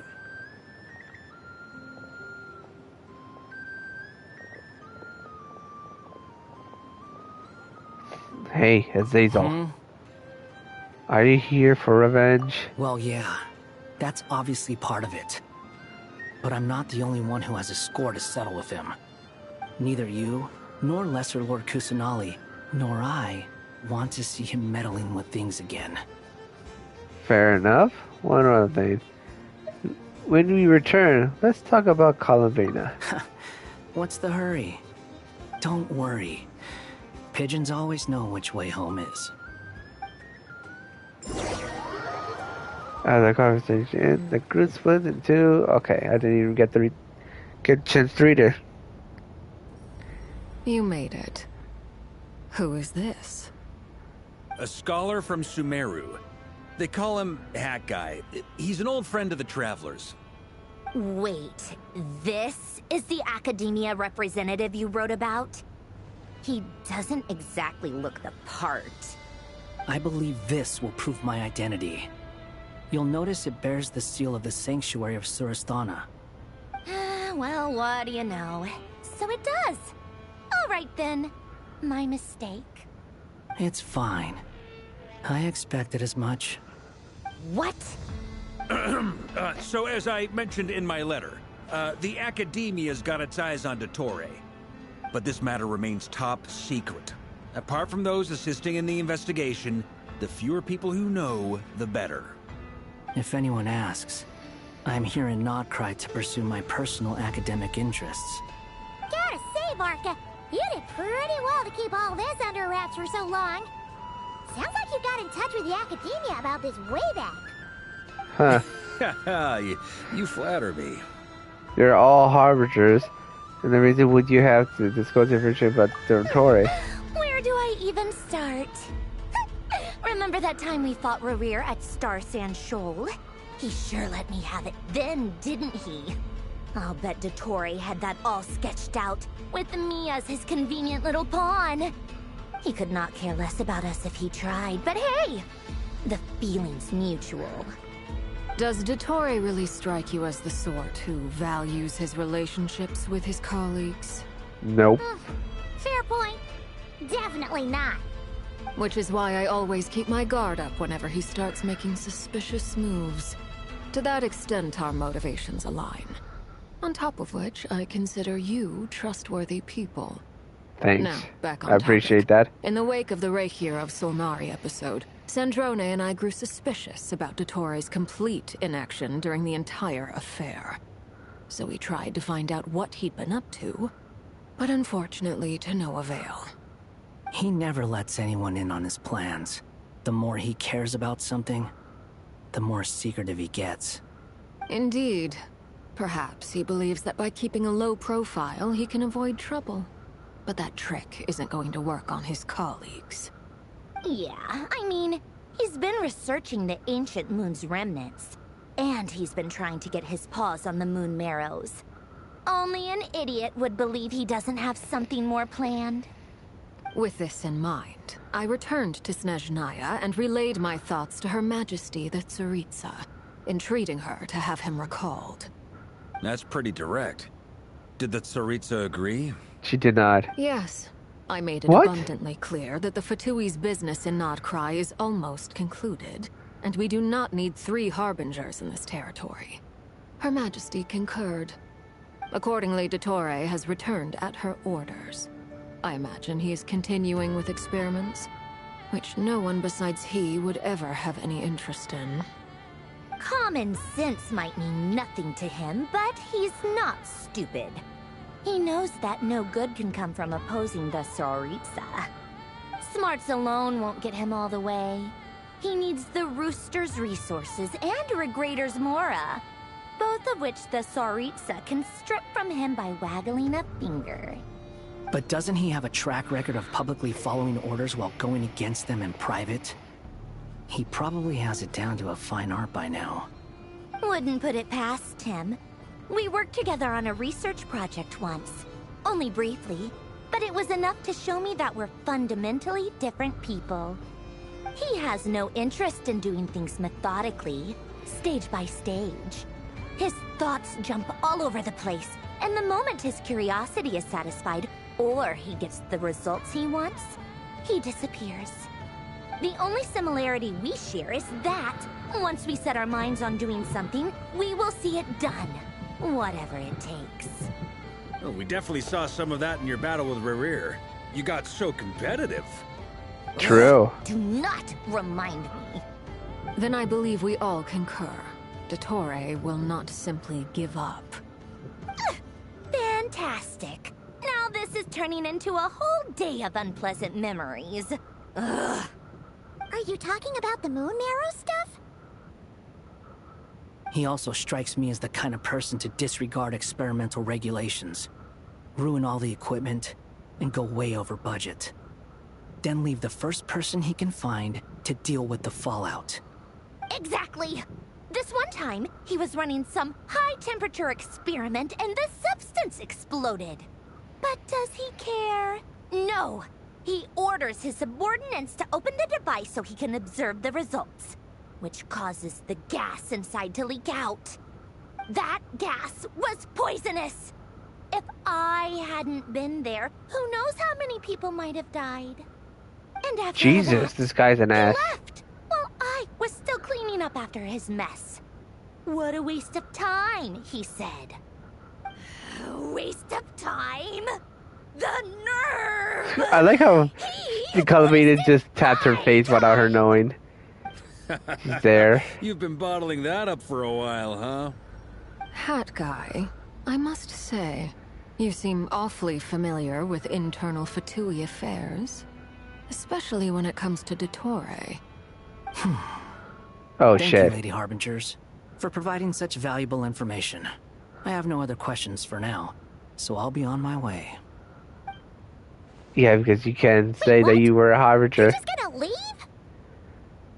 You're welcome to join if you want. Ugh. Just when Paimon thought he'd finally mellowed out.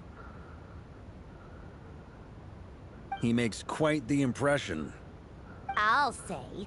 I've met tons of headstrong people, but not many of them would join me in bad-mouthing Dottore. Anyway, back to the main agenda. Barca, you said that Columbina has gone missing? Or rather, disappeared. And she's right behind us. We're working on building a connection between her and this world. The simplest method is to find out her real name. I've actually asked her that question before, but she said she didn't know. Considering our relationship, I doubt she was lying to me. She could have just given you a Fantonius. What did she do while she was with you in the As Fatui? far as I recall, she was never dispatched by Her Majesty to claim a gnosis or anything like that. The Tsaritsa's plans had long contained a place specifically for her. I always thought that was weird. What could she do that the rest of us couldn't? Knowing what we do now, it's probably something related to Kavaki, right? More than likely. When she first arrived, Columbina would often go to Her Majesty and ask when she could start the task assigned to her. But Her Majesty always gave the same reply. The time has not yet come. So she spent her days in Snezhnaya doing basically nothing. The Tsaritsa has summoned a beautiful blind maiden to be a harbinger, giving her the third seat by virtue only of her enchanting voice. It was a dumb and stupid rumor, but the reality of the situation made it hard to refute. And what happened after that? I imagine she stopped caring. Uh-oh. She no longer seemed to care why she had been recruited, and Her Majesty never gave her any missions, so she just continued to sing in the flower garden. For my part, I was busy. So busy, in fact, that watching someone be that idol had me fuming. But still, I got the sense that she had long been used to a life of other people claiming she was needed when she wasn't. I just felt that having a place to stay would cost me something eventually. And so I waited quietly for the day that I would have to pay the price. And on the other end of that spectrum, you had me. Someone once told me that I had the lousiest work and the toughest luck. That's a good way of putting it. I forget who said it, but those words have always stuck with me. Sounds like something Azazel would say. No wonder. But you've done your job exceptionally well all this time. Because at heart, you are a conscientious person. Thanks for telling us all this. What is it?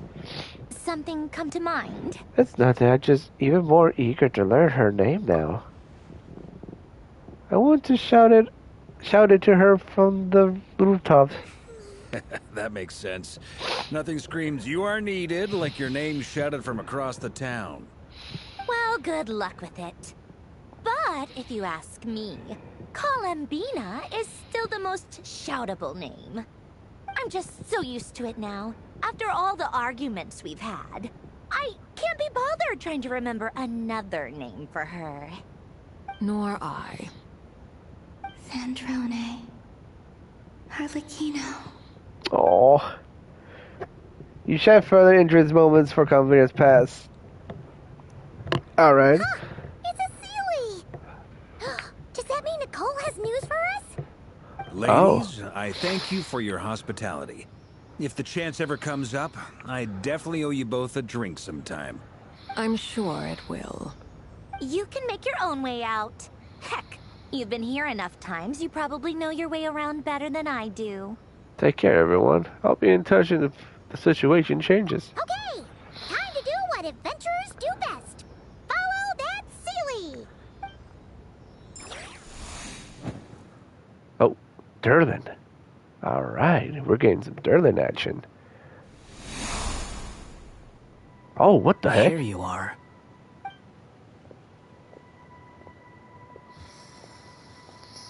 Oh, that guy.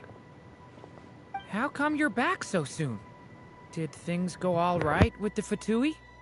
Fine. Dotori's been summoned home by the Tsaritsa. Couldn't get much more than that. How about you? Any progress with the investigation?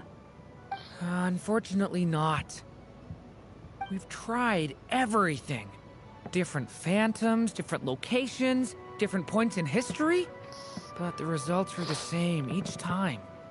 Abyssal monsters roaming the land. People crying out in despair, with no hope of being rescued. Every time I see it, I can't help but think, is this what it was like in Mondstadt when Dragonspine Durin attacked? And if I fail in the task I've been given, will I create yet another tragedy? That's just meaningless speculation.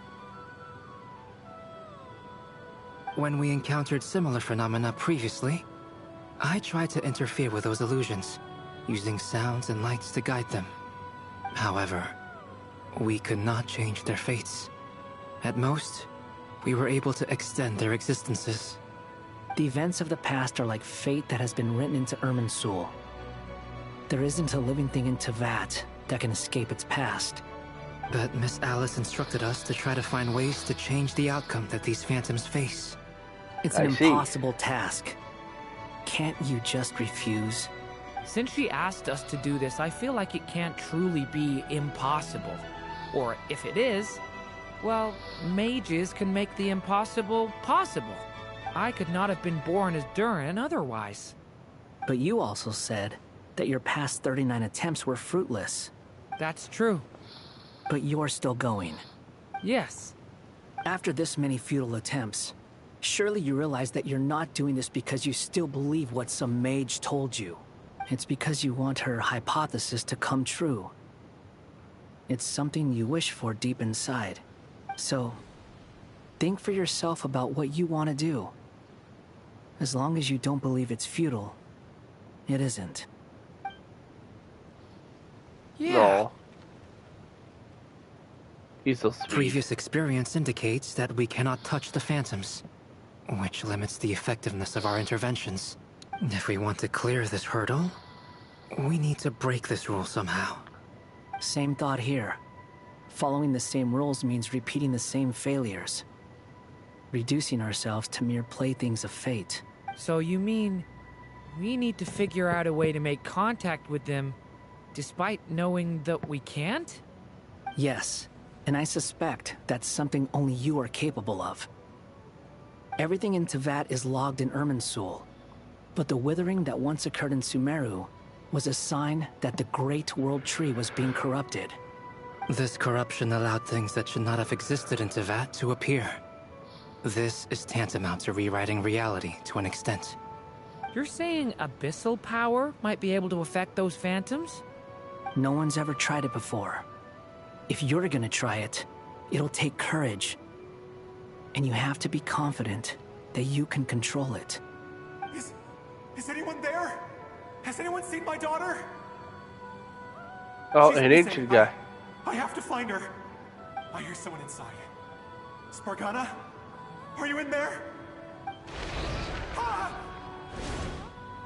If I can use my abyssal powers to warn him that there is danger here, maybe it'll change his decision. Maybe he'll stay away. Yes. The important thing is not the nature of the power, but rather how you use it. It's not the nature to intimidate of the thing, and obstruct. it's the thing of the nature. Sounds about right for the Abyss. Let me try. I should be able to influence that thing. Have you seen a little girl? What? This isn't the time for that! Just run!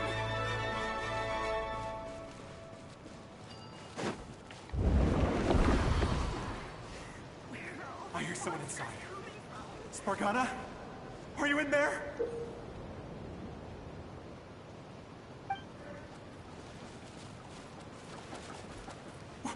What is this? Looks dangerous. I should get out of here.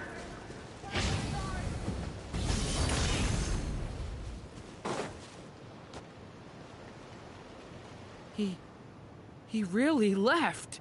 Ha! We did it! Don't celebrate too soon. Follow him. See what he does next. Monsters approaching from the front. You need to stop them and create an opportunity for him to hide.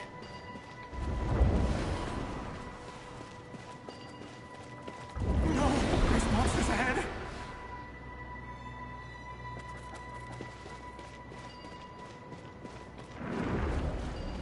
Wait, is that the barrier I saw earlier? Why is it appearing now? It's as if someone's controlling it.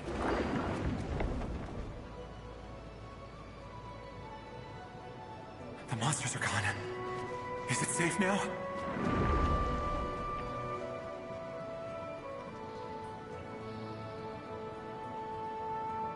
It's like we're changing his fate. The barrier's gone too. How odd. Anyway, I guess I'll keep going. His fate Quickly, is being changed let's keep up. little by little. To achieve an outcome that was not once possible.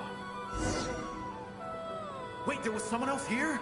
Don't go any further. We've got anti-monster traps laid out everywhere. But my daughter must just be up ahead. I have to go. This way's blocked.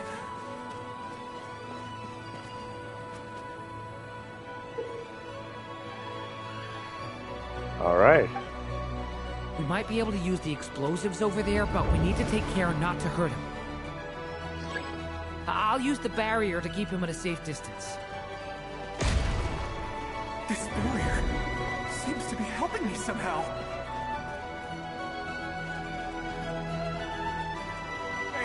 Hey, wake up! Is it her? Oh, good. Gotta keep moving ahead. Damn, she's dead. All right.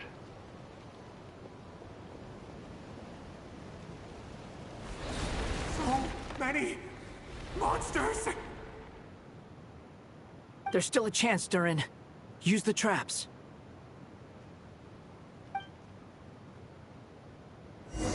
Hopefully I don't fuck it up.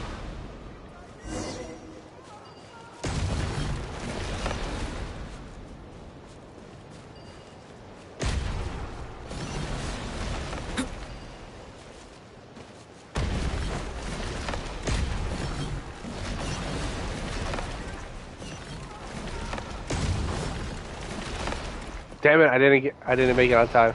Help me!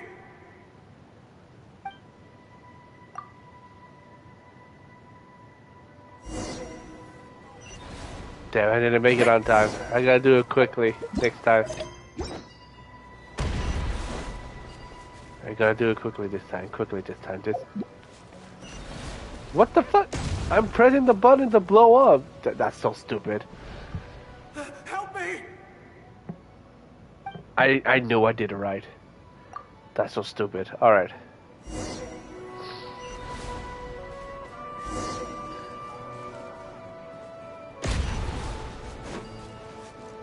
Closer, closer, closer. There we go.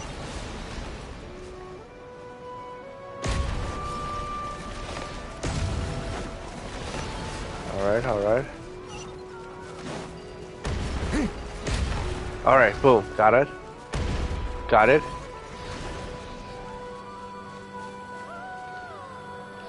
This is a new development. I've never seen this happen before.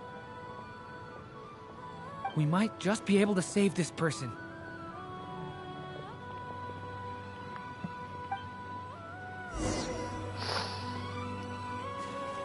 All right.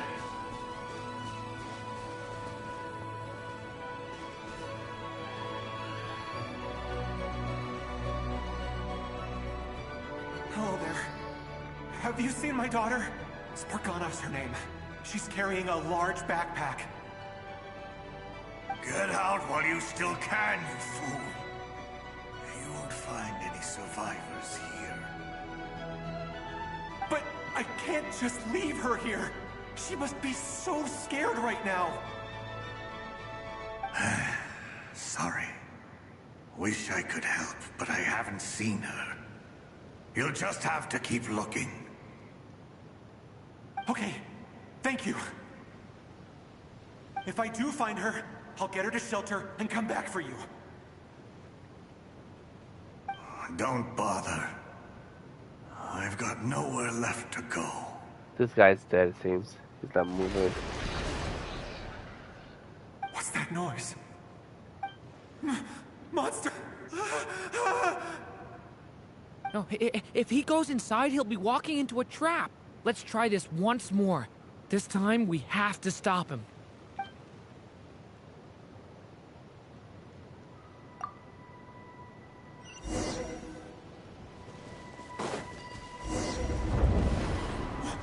Why? How will I know where Spargana's gone like this? You know what? I'll trust this strange barrier. It's gotten me this far after all. There you go.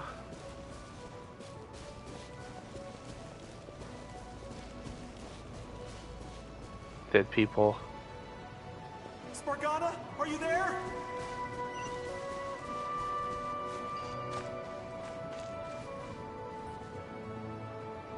What?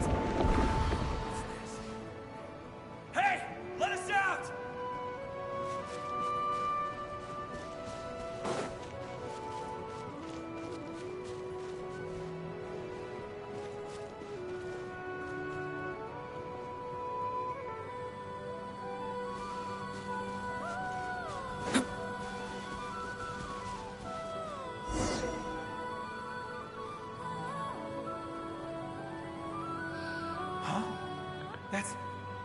That looks like one of my daughter's books. Thank you. Thank you. Yes, Hey. it's one of hers for sure. That's her name on it right there. She left her backpack here. That means she's nearby. Durin, just like last time. Use the explosives.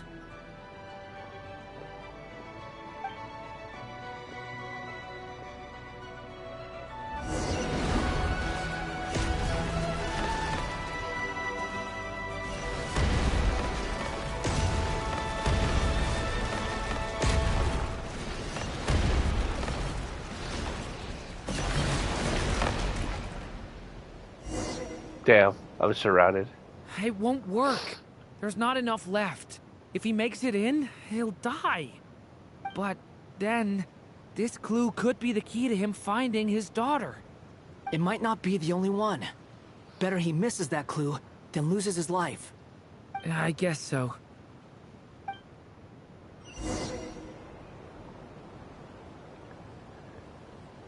Stop him, Durin. We can't let him get any further in. That's my daughter's book! She's passed this way! Why? Why won't you let me go in? I've searched and searched and searched just for this! But how will I find her without any clues?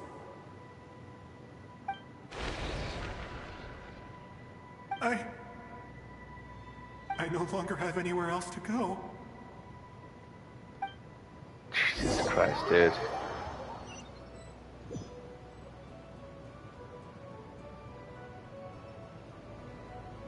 I'm sorry. I'm so sorry. He refuses to go anywhere else. Whether he opens this door or not, all that awaits him now is death. We couldn't change his fate. Albedo? Cat guy? Let's try one more time. I don't know how we're gonna do this, but I don't want to give up either. I wonder how we're gonna convince this guy to stop looking for his daughter's books. Why am I here? What's going on? All these scenes running through my head. Where are they from? Huh? What's going on? His reactions have changed. How many times have I... What's happening to me? Huh?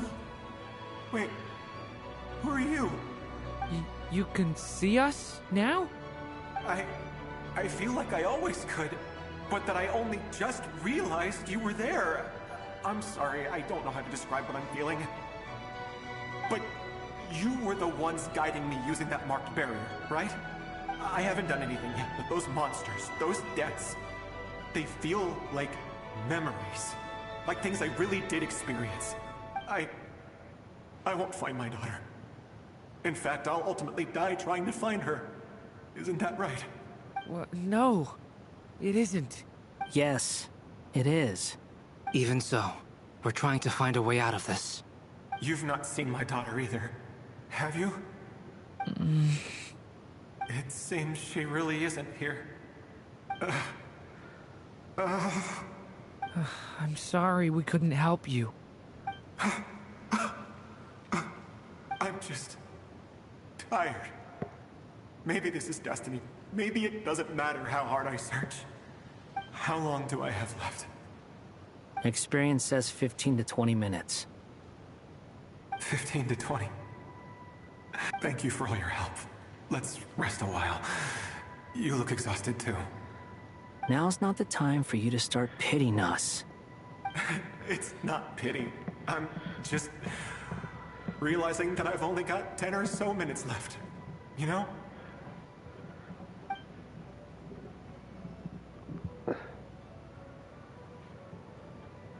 You say you're from Mondstadt, yes? A place with windmills, where people enjoy limitless freedom? And you're from Sumeru, where they've built an academy into a giant tree? Yes. It seems you've never heard of either place. Those names are unknown to me, I'm afraid, yes. Have you heard of Hyperborea? I have, but I heard that it was destroyed in the distant past. I see. That was where my ancestors once lived. What about Delphi Pytho? Was it later rebuilt? I've never heard that name. Then what about Sal Vindaknir? I have seen that name on stone tablets on Dragonspine. But I'm afraid the only things left of that place are its ruins. I see. Sure enough, there was no way to turn this around, huh? I'm sorry. I was the one who asked to chat, but it seems like we're too many ages apart. There's barely any common ground to start from. It's all right. Well, we're getting a whole lot of new information. Something new, at least. From how you speak of your lives, things must be going all right for you, I guess. They are. Mondstadt is a place of freedom and happiness. There's a lot of good people in the church and the Knights of Favonius, and even outsiders find that it's an easy place to feel at home. We have festivals a few times a year. Everyone gets together to drink, sing, and be merry.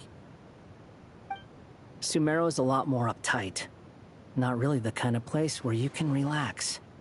It's a nation fraught with problems wherever you look. But if all you want in life is to seek knowledge, I guess it's pretty much paradise. That's wonderful. In other words, after this all-devouring black tide passed, humanity did not merely avoid extinction, but rose to build prosperous civilizations anew. I mean, I can see you all right now. That must mean the future isn't a total mess, right? That's true. Well, time's almost up. Let's part ways, I think. Might be best if you don't waste too much time on me. The chances are slim, I know, but I'd like to spend these last few minutes looking for Spargana. If things work out, I'd love to tell her about what I've heard. May we meet again. Well, or not, most probably. In that case, may your wishes come true.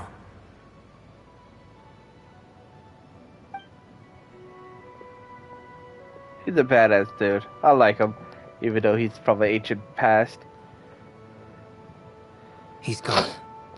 In a few minutes, he will meet the end that was his to begin with. The ending of his tale did not change, but I believe that we've just made the most progress we have yet. May your wishes come true. If only it were so simple. Hat guy, could I ask you a question? Oh, personal. You've never talked about your past. It seems complicated, and it weighs heavily on you, too. Would you be willing to tell me about it? I mean, sometimes it's better to get things out in the open. Take that guy we tried to help, for instance. At least he said goodbye with a smile, right? I know about Albedo's past. Our experiences are very similar, and he created me. As for you, you're my first friend, and you've witnessed every step I've taken. But by comparison, I know nothing about you. Either way, I mean, we're still best friends. But if I knew more about you, I might understand your thoughts a bit better. I've told you about myself. I'm a student at the academia. Yeah, that's your and current what did self. you do before that? Prepared for the entrance exam? All right. If you really don't want to talk about it, I won't press you any further. I was a puppet built from the branches of a white tree, using technology left behind by the Conrian schools of mechanical engineering. A white tree? You mean an Irminsul tree? Yes. A branch of Irminsul that was once connected to the main tree. So you had a human creator too? Yeah. But my creator abandoned me after deciding that I was a failure. After that... You were... Yep. Durin. Resisting the influence of the Abyss, suppressing the urge to destroy, trying to do the right thing. None of these things are easy. But no matter how hard they are, trying to rewrite past wrongs is far harder. You asked me if you would create a new tragedy if you failed. I told you there was no point speculating about that. I kind of miss his old design.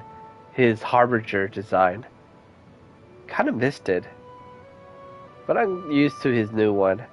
But it would be cool if they give us his skin of being a Harbinger. But the real answer is... yes, you absolutely will. That guy. But at least you've got people here to help steer you away from the wrong path. So, just keep aiming towards the light. I will. I promise. All right, break time's over. Oh, Dodo. Hello, Durin speaking. Hello, friends, it's me. What have you been up to, I'm detecting some unmistakable fluctuations here at the border. The amplitude isn't particularly high, but they're completely different signals from the ones before, and the scale is comparable to those I've detected previously. Alice, we were unable to save that person. However, he appears to have retained a portion of the memories gained through that cycle, and was able to hold a conversation with us. I see. Well, that is rather odd indeed. It definitely merits further attention. Could I trouble you to keep trying the same approach? I need to gather some more data. Counting on you. I should probably have Nicole come and check this out as well. Damn, two of the Hexen circles are going at it. I gather more information. Oh, what's happening? There you are. I was worried you might stop to collect treasure chests opened by the Seelie along the way. It would have taken you so much longer to get here. Another conversation I cannot hear. I am delighted to see that you understand what takes priority, and that your adventurer's instinct has not swayed your resolve. Really, I must applaud you for it. You should know. Paimon's head. Okay, I'll try and keep it short. My senses are telling me that this is where we shall find the entrance to the ruins. Oh, cool! Well, what are we waiting for? Let's open it up and see! Patience. This was a sanctuary of great importance to the Hyperboreans. A special process is required to open the gate. Oh! Like the place that housed the Eternal Moon's Marrow? Seems like the ancients were very fond of making tricky gate puzzles. Okay, so what's the plan? Need us to do anything? And just the short version, if you can. Ah, alright then. I was planning to start with some background on the invention of these techniques. Are you sure you don't want to hear it? It's quite informative. Remember what you were saying about priorities? Fine. Simply put, we need 3 human representatives to successfully undergo a process of Kuvaki resonance. Think of it as a test from the 3 moon goddesses to see if the entrants are qualified, with the most recognizable qualification being Kuvaki. Pretty sure Lauma would ace that test. Oh, wait. We need 3 people. I also have no doubt that the Moon Chanter would be qualified. But we would need 2 other people with the same constitution. Therefore, the most feasible method is not so much to follow the rules, but to figure out how the test functions and find a workaround. I've done some research, and it turns out the mechanism is rather crude. We'll simply need humans to stand before it who have sufficient Kuvaki energy within them. I'm with you so far. How do we get the Kuvaki in them? The easiest way would be transfusion. Take some Kuvaki from Nod-Kari's soil, put it into the bloodstream, and get it circulating in the body. So we're going to cheat on the test? Precisely. There are other methods, but this is the simplest one. Cheating the system is much easier than trying to hide from it. Huh? Ah! Sorry? Does the idea of cheating upset you, Miss Lauma? No, that's not it. I suddenly had an idea. Oh, what is it? Oh, alright. It's about Moon Prayer Night. I figured out a way for Kuthar to join in the festivities. Huh? But as Paimon said, we need to have our priorities straight. Let's get back to the test. I'll follow up with Nefer on the festival arrangements.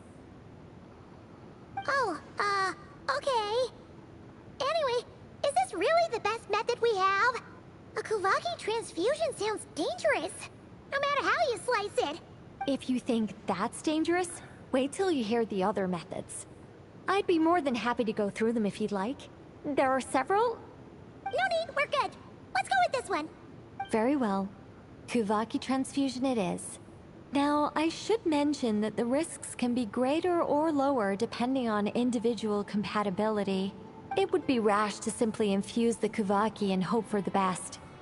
If the body rejects it, the reaction can be quite severe. The symptoms are similar to another condition that some people living here suffer from, known as congenital Kuvaki sensitivity. So, before we execute our plan, I will perform a simple test of my own to see who is compatible and who is not.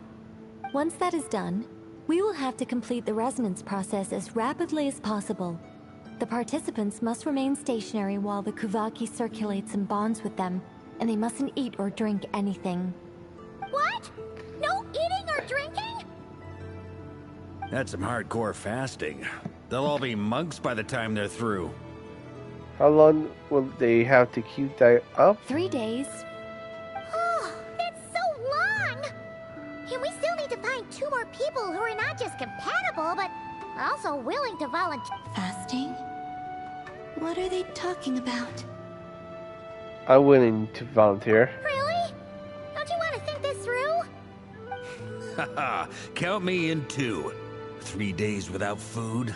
I can handle that. Miss Nicole has made it clear that this is the easiest way.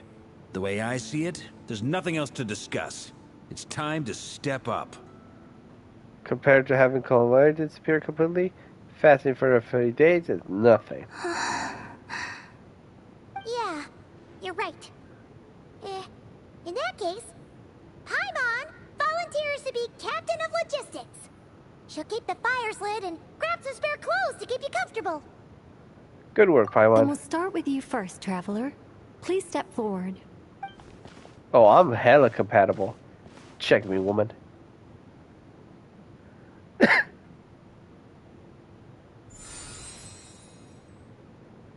How's it going? Do you feel anything? No. How about now? No. And now? Still nothing. Oh, she's pushing all her power. What about now? Nothing at all. You guys, it's not a competition, you know. All right, I'm officially impressed. Even as a descender, you can withstand far more than I imagined. It's like I summoned a giant stone titan to arm wrestle you, and your arm hasn't even moved an inch. In my last attempt, I infused 5 times the amount of Kuvaki required. That's much. Yes. Safe to say, compatibility won't be an issue for you. You're eligible to join. You're next, Mr. Varka. Sure, here goes nothing. All right. I'll start where we left off. 5 times the required Kuvaki dose. Whoa, whoa, whoa, hey, wait a minute. How's it going? No, not great. I kind of want to puke. Feels like I've been drinking too much. A few bottles of wine, then a big stein of Dark Horse. Some hard liquor from Liyue mixed in. She's having fun. This is funny. I just lost to a young lady in an arm wrestling contest. I'm never gonna live that down. My apologies. I'll lower the concentration and try again. Oh. How's it going now? I'm not as dizzy as last time, but I can still feel it pulsing around. In that case, you wouldn't be an ideal choice, Mr. Varka. Let's try someone else. Okay. Let's go ask some of our other friends then. I wonder who's gonna be an actual good choice for the final 3rd person.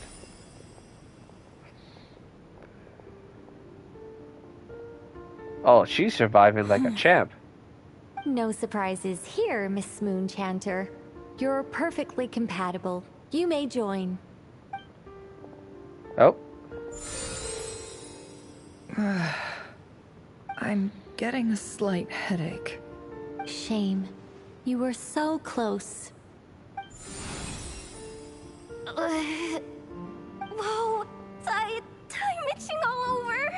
Oh my gosh, you're Allergic so reaction. expressive. We can't have that. Huh? I know. Well, are you gonna start a what? The Hexenzirkel is an organization that cares for and protects children. We will not have them do dangerous things. Not even tests. Oh, I know, got automatically disqualified. Is something the matter? The candidates have to be human. Damn. I guess that rules me out too. Huh. Everyone except the Moonchanter got beaten. Guess I don't need to feel so bad after all. I mean, looks like this isn't gonna be as easy as we thought. Perhaps I could ask for volunteers among the Frost Moon Scions. I'll see about talking to some trusted Lightkeeper colleagues. Itlua springs to mind. In fact, I think we had some former Frost Moon Scions join our ranks recently. Can you give me the scientific explanation for how the test works? I can probably make some kind of test bot. Then we can just zip through Nasha Town, going up to people and pressing a button to check their status. Wouldn't that be way easier? No. Wow. Damn. No elaboration for once. How about I contact the Knights of Favonia's garrison in the Wave Chaser plane? Shame that Lohan's already left. And that guy's even tougher than I am. Strange. The moon goddess is clearly revered by many people. So why is she on the brink of disappearing? She mentioned that the world has rejected her from the very beginning. And when we fought the Reikir of Solnari, it seemed like she exhausted her power for our sake. Also, I'm not sure revered is the right word for how people feel about her. Gratitude, certainly. For my part, anyway. It's basic reciprocity. She helped us, so she deserves our help in return. Yeah. Even though she looked like she didn't care, she still saved a ton of people, including me. A review of the relevant data leads me to conclude that Miss Columbina is a good person. Yep, you bet! They really think so? I'm super surprised that Columbina isn't her actual name, though. I think it really suits her. It's light and graceful and... yeah, just a really pretty name. I know, right? Unfortunately, that's not our decision to make. Columbina. That was the code name the Fatui gave me. But it also came up in the song I heard when I was born. But... is that really all there is to it? What do I truly think of my own name? Is there anyone left who will still call me by that name? She told me to pick whatever name took my fancy. Why did I pick Calabino? Maybe because I felt that she never wanted to become Guthar and be worshipped as God. Moon Prayer Night is getting closer by the day. We're running out of time. We need to look for other candidates. Then allow me to try. Huh? What are you doing here? You contacted your friends via the Adventurers Guild. Sandrone has been keeping an eye out for something like that, so she informed me. Since I have the ability to accommodate a moon marrow, I should prove to be a suitable candidate. Arlecchino. When can we begin? I see. We can begin right away.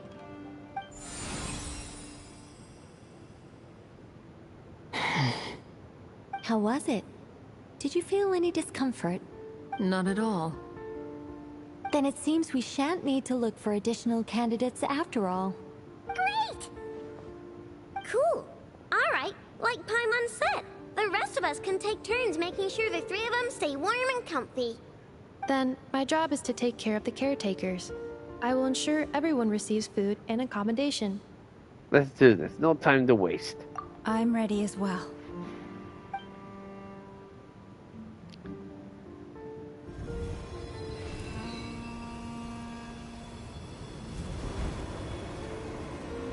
For 3 days they're going to be doing this. 3 days.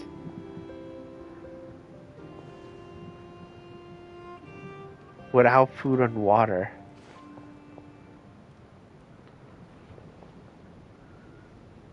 Oh, look at... she's just sleeping back there. Cute.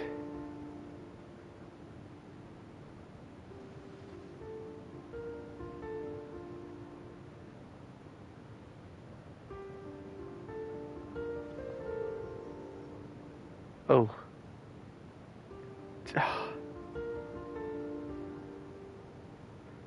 Oh. They're worried, but they understand they had to do this for 3 days. The work is done. The sacred scroll shut. The stars grow dim, the people silent. The white sun sets, the silver moon rises. O path to the temple, appear now before us. Oh, it's very sexy. Wow! It really opened! So that's what all this is about. They've been trying to open this gate. Come, let us enter. Wait. It might be best to eat something first. Take care to chew properly and swallow slowly. It will give your body time to readjust to the digestion process. They will head in soon. They will need to enter this gate.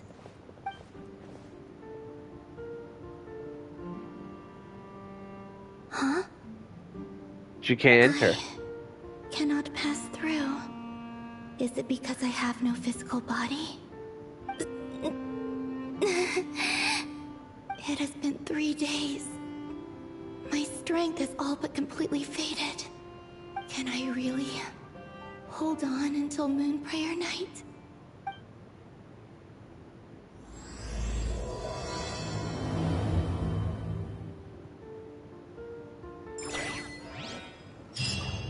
Okay.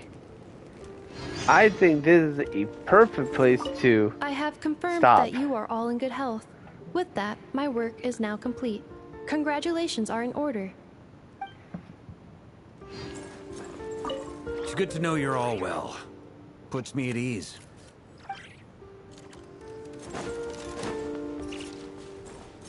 Alright. Yeah, this is a good place to leave it off. We'll come back to it at a different time. Thank you guys for joining me for the half of this Archon story.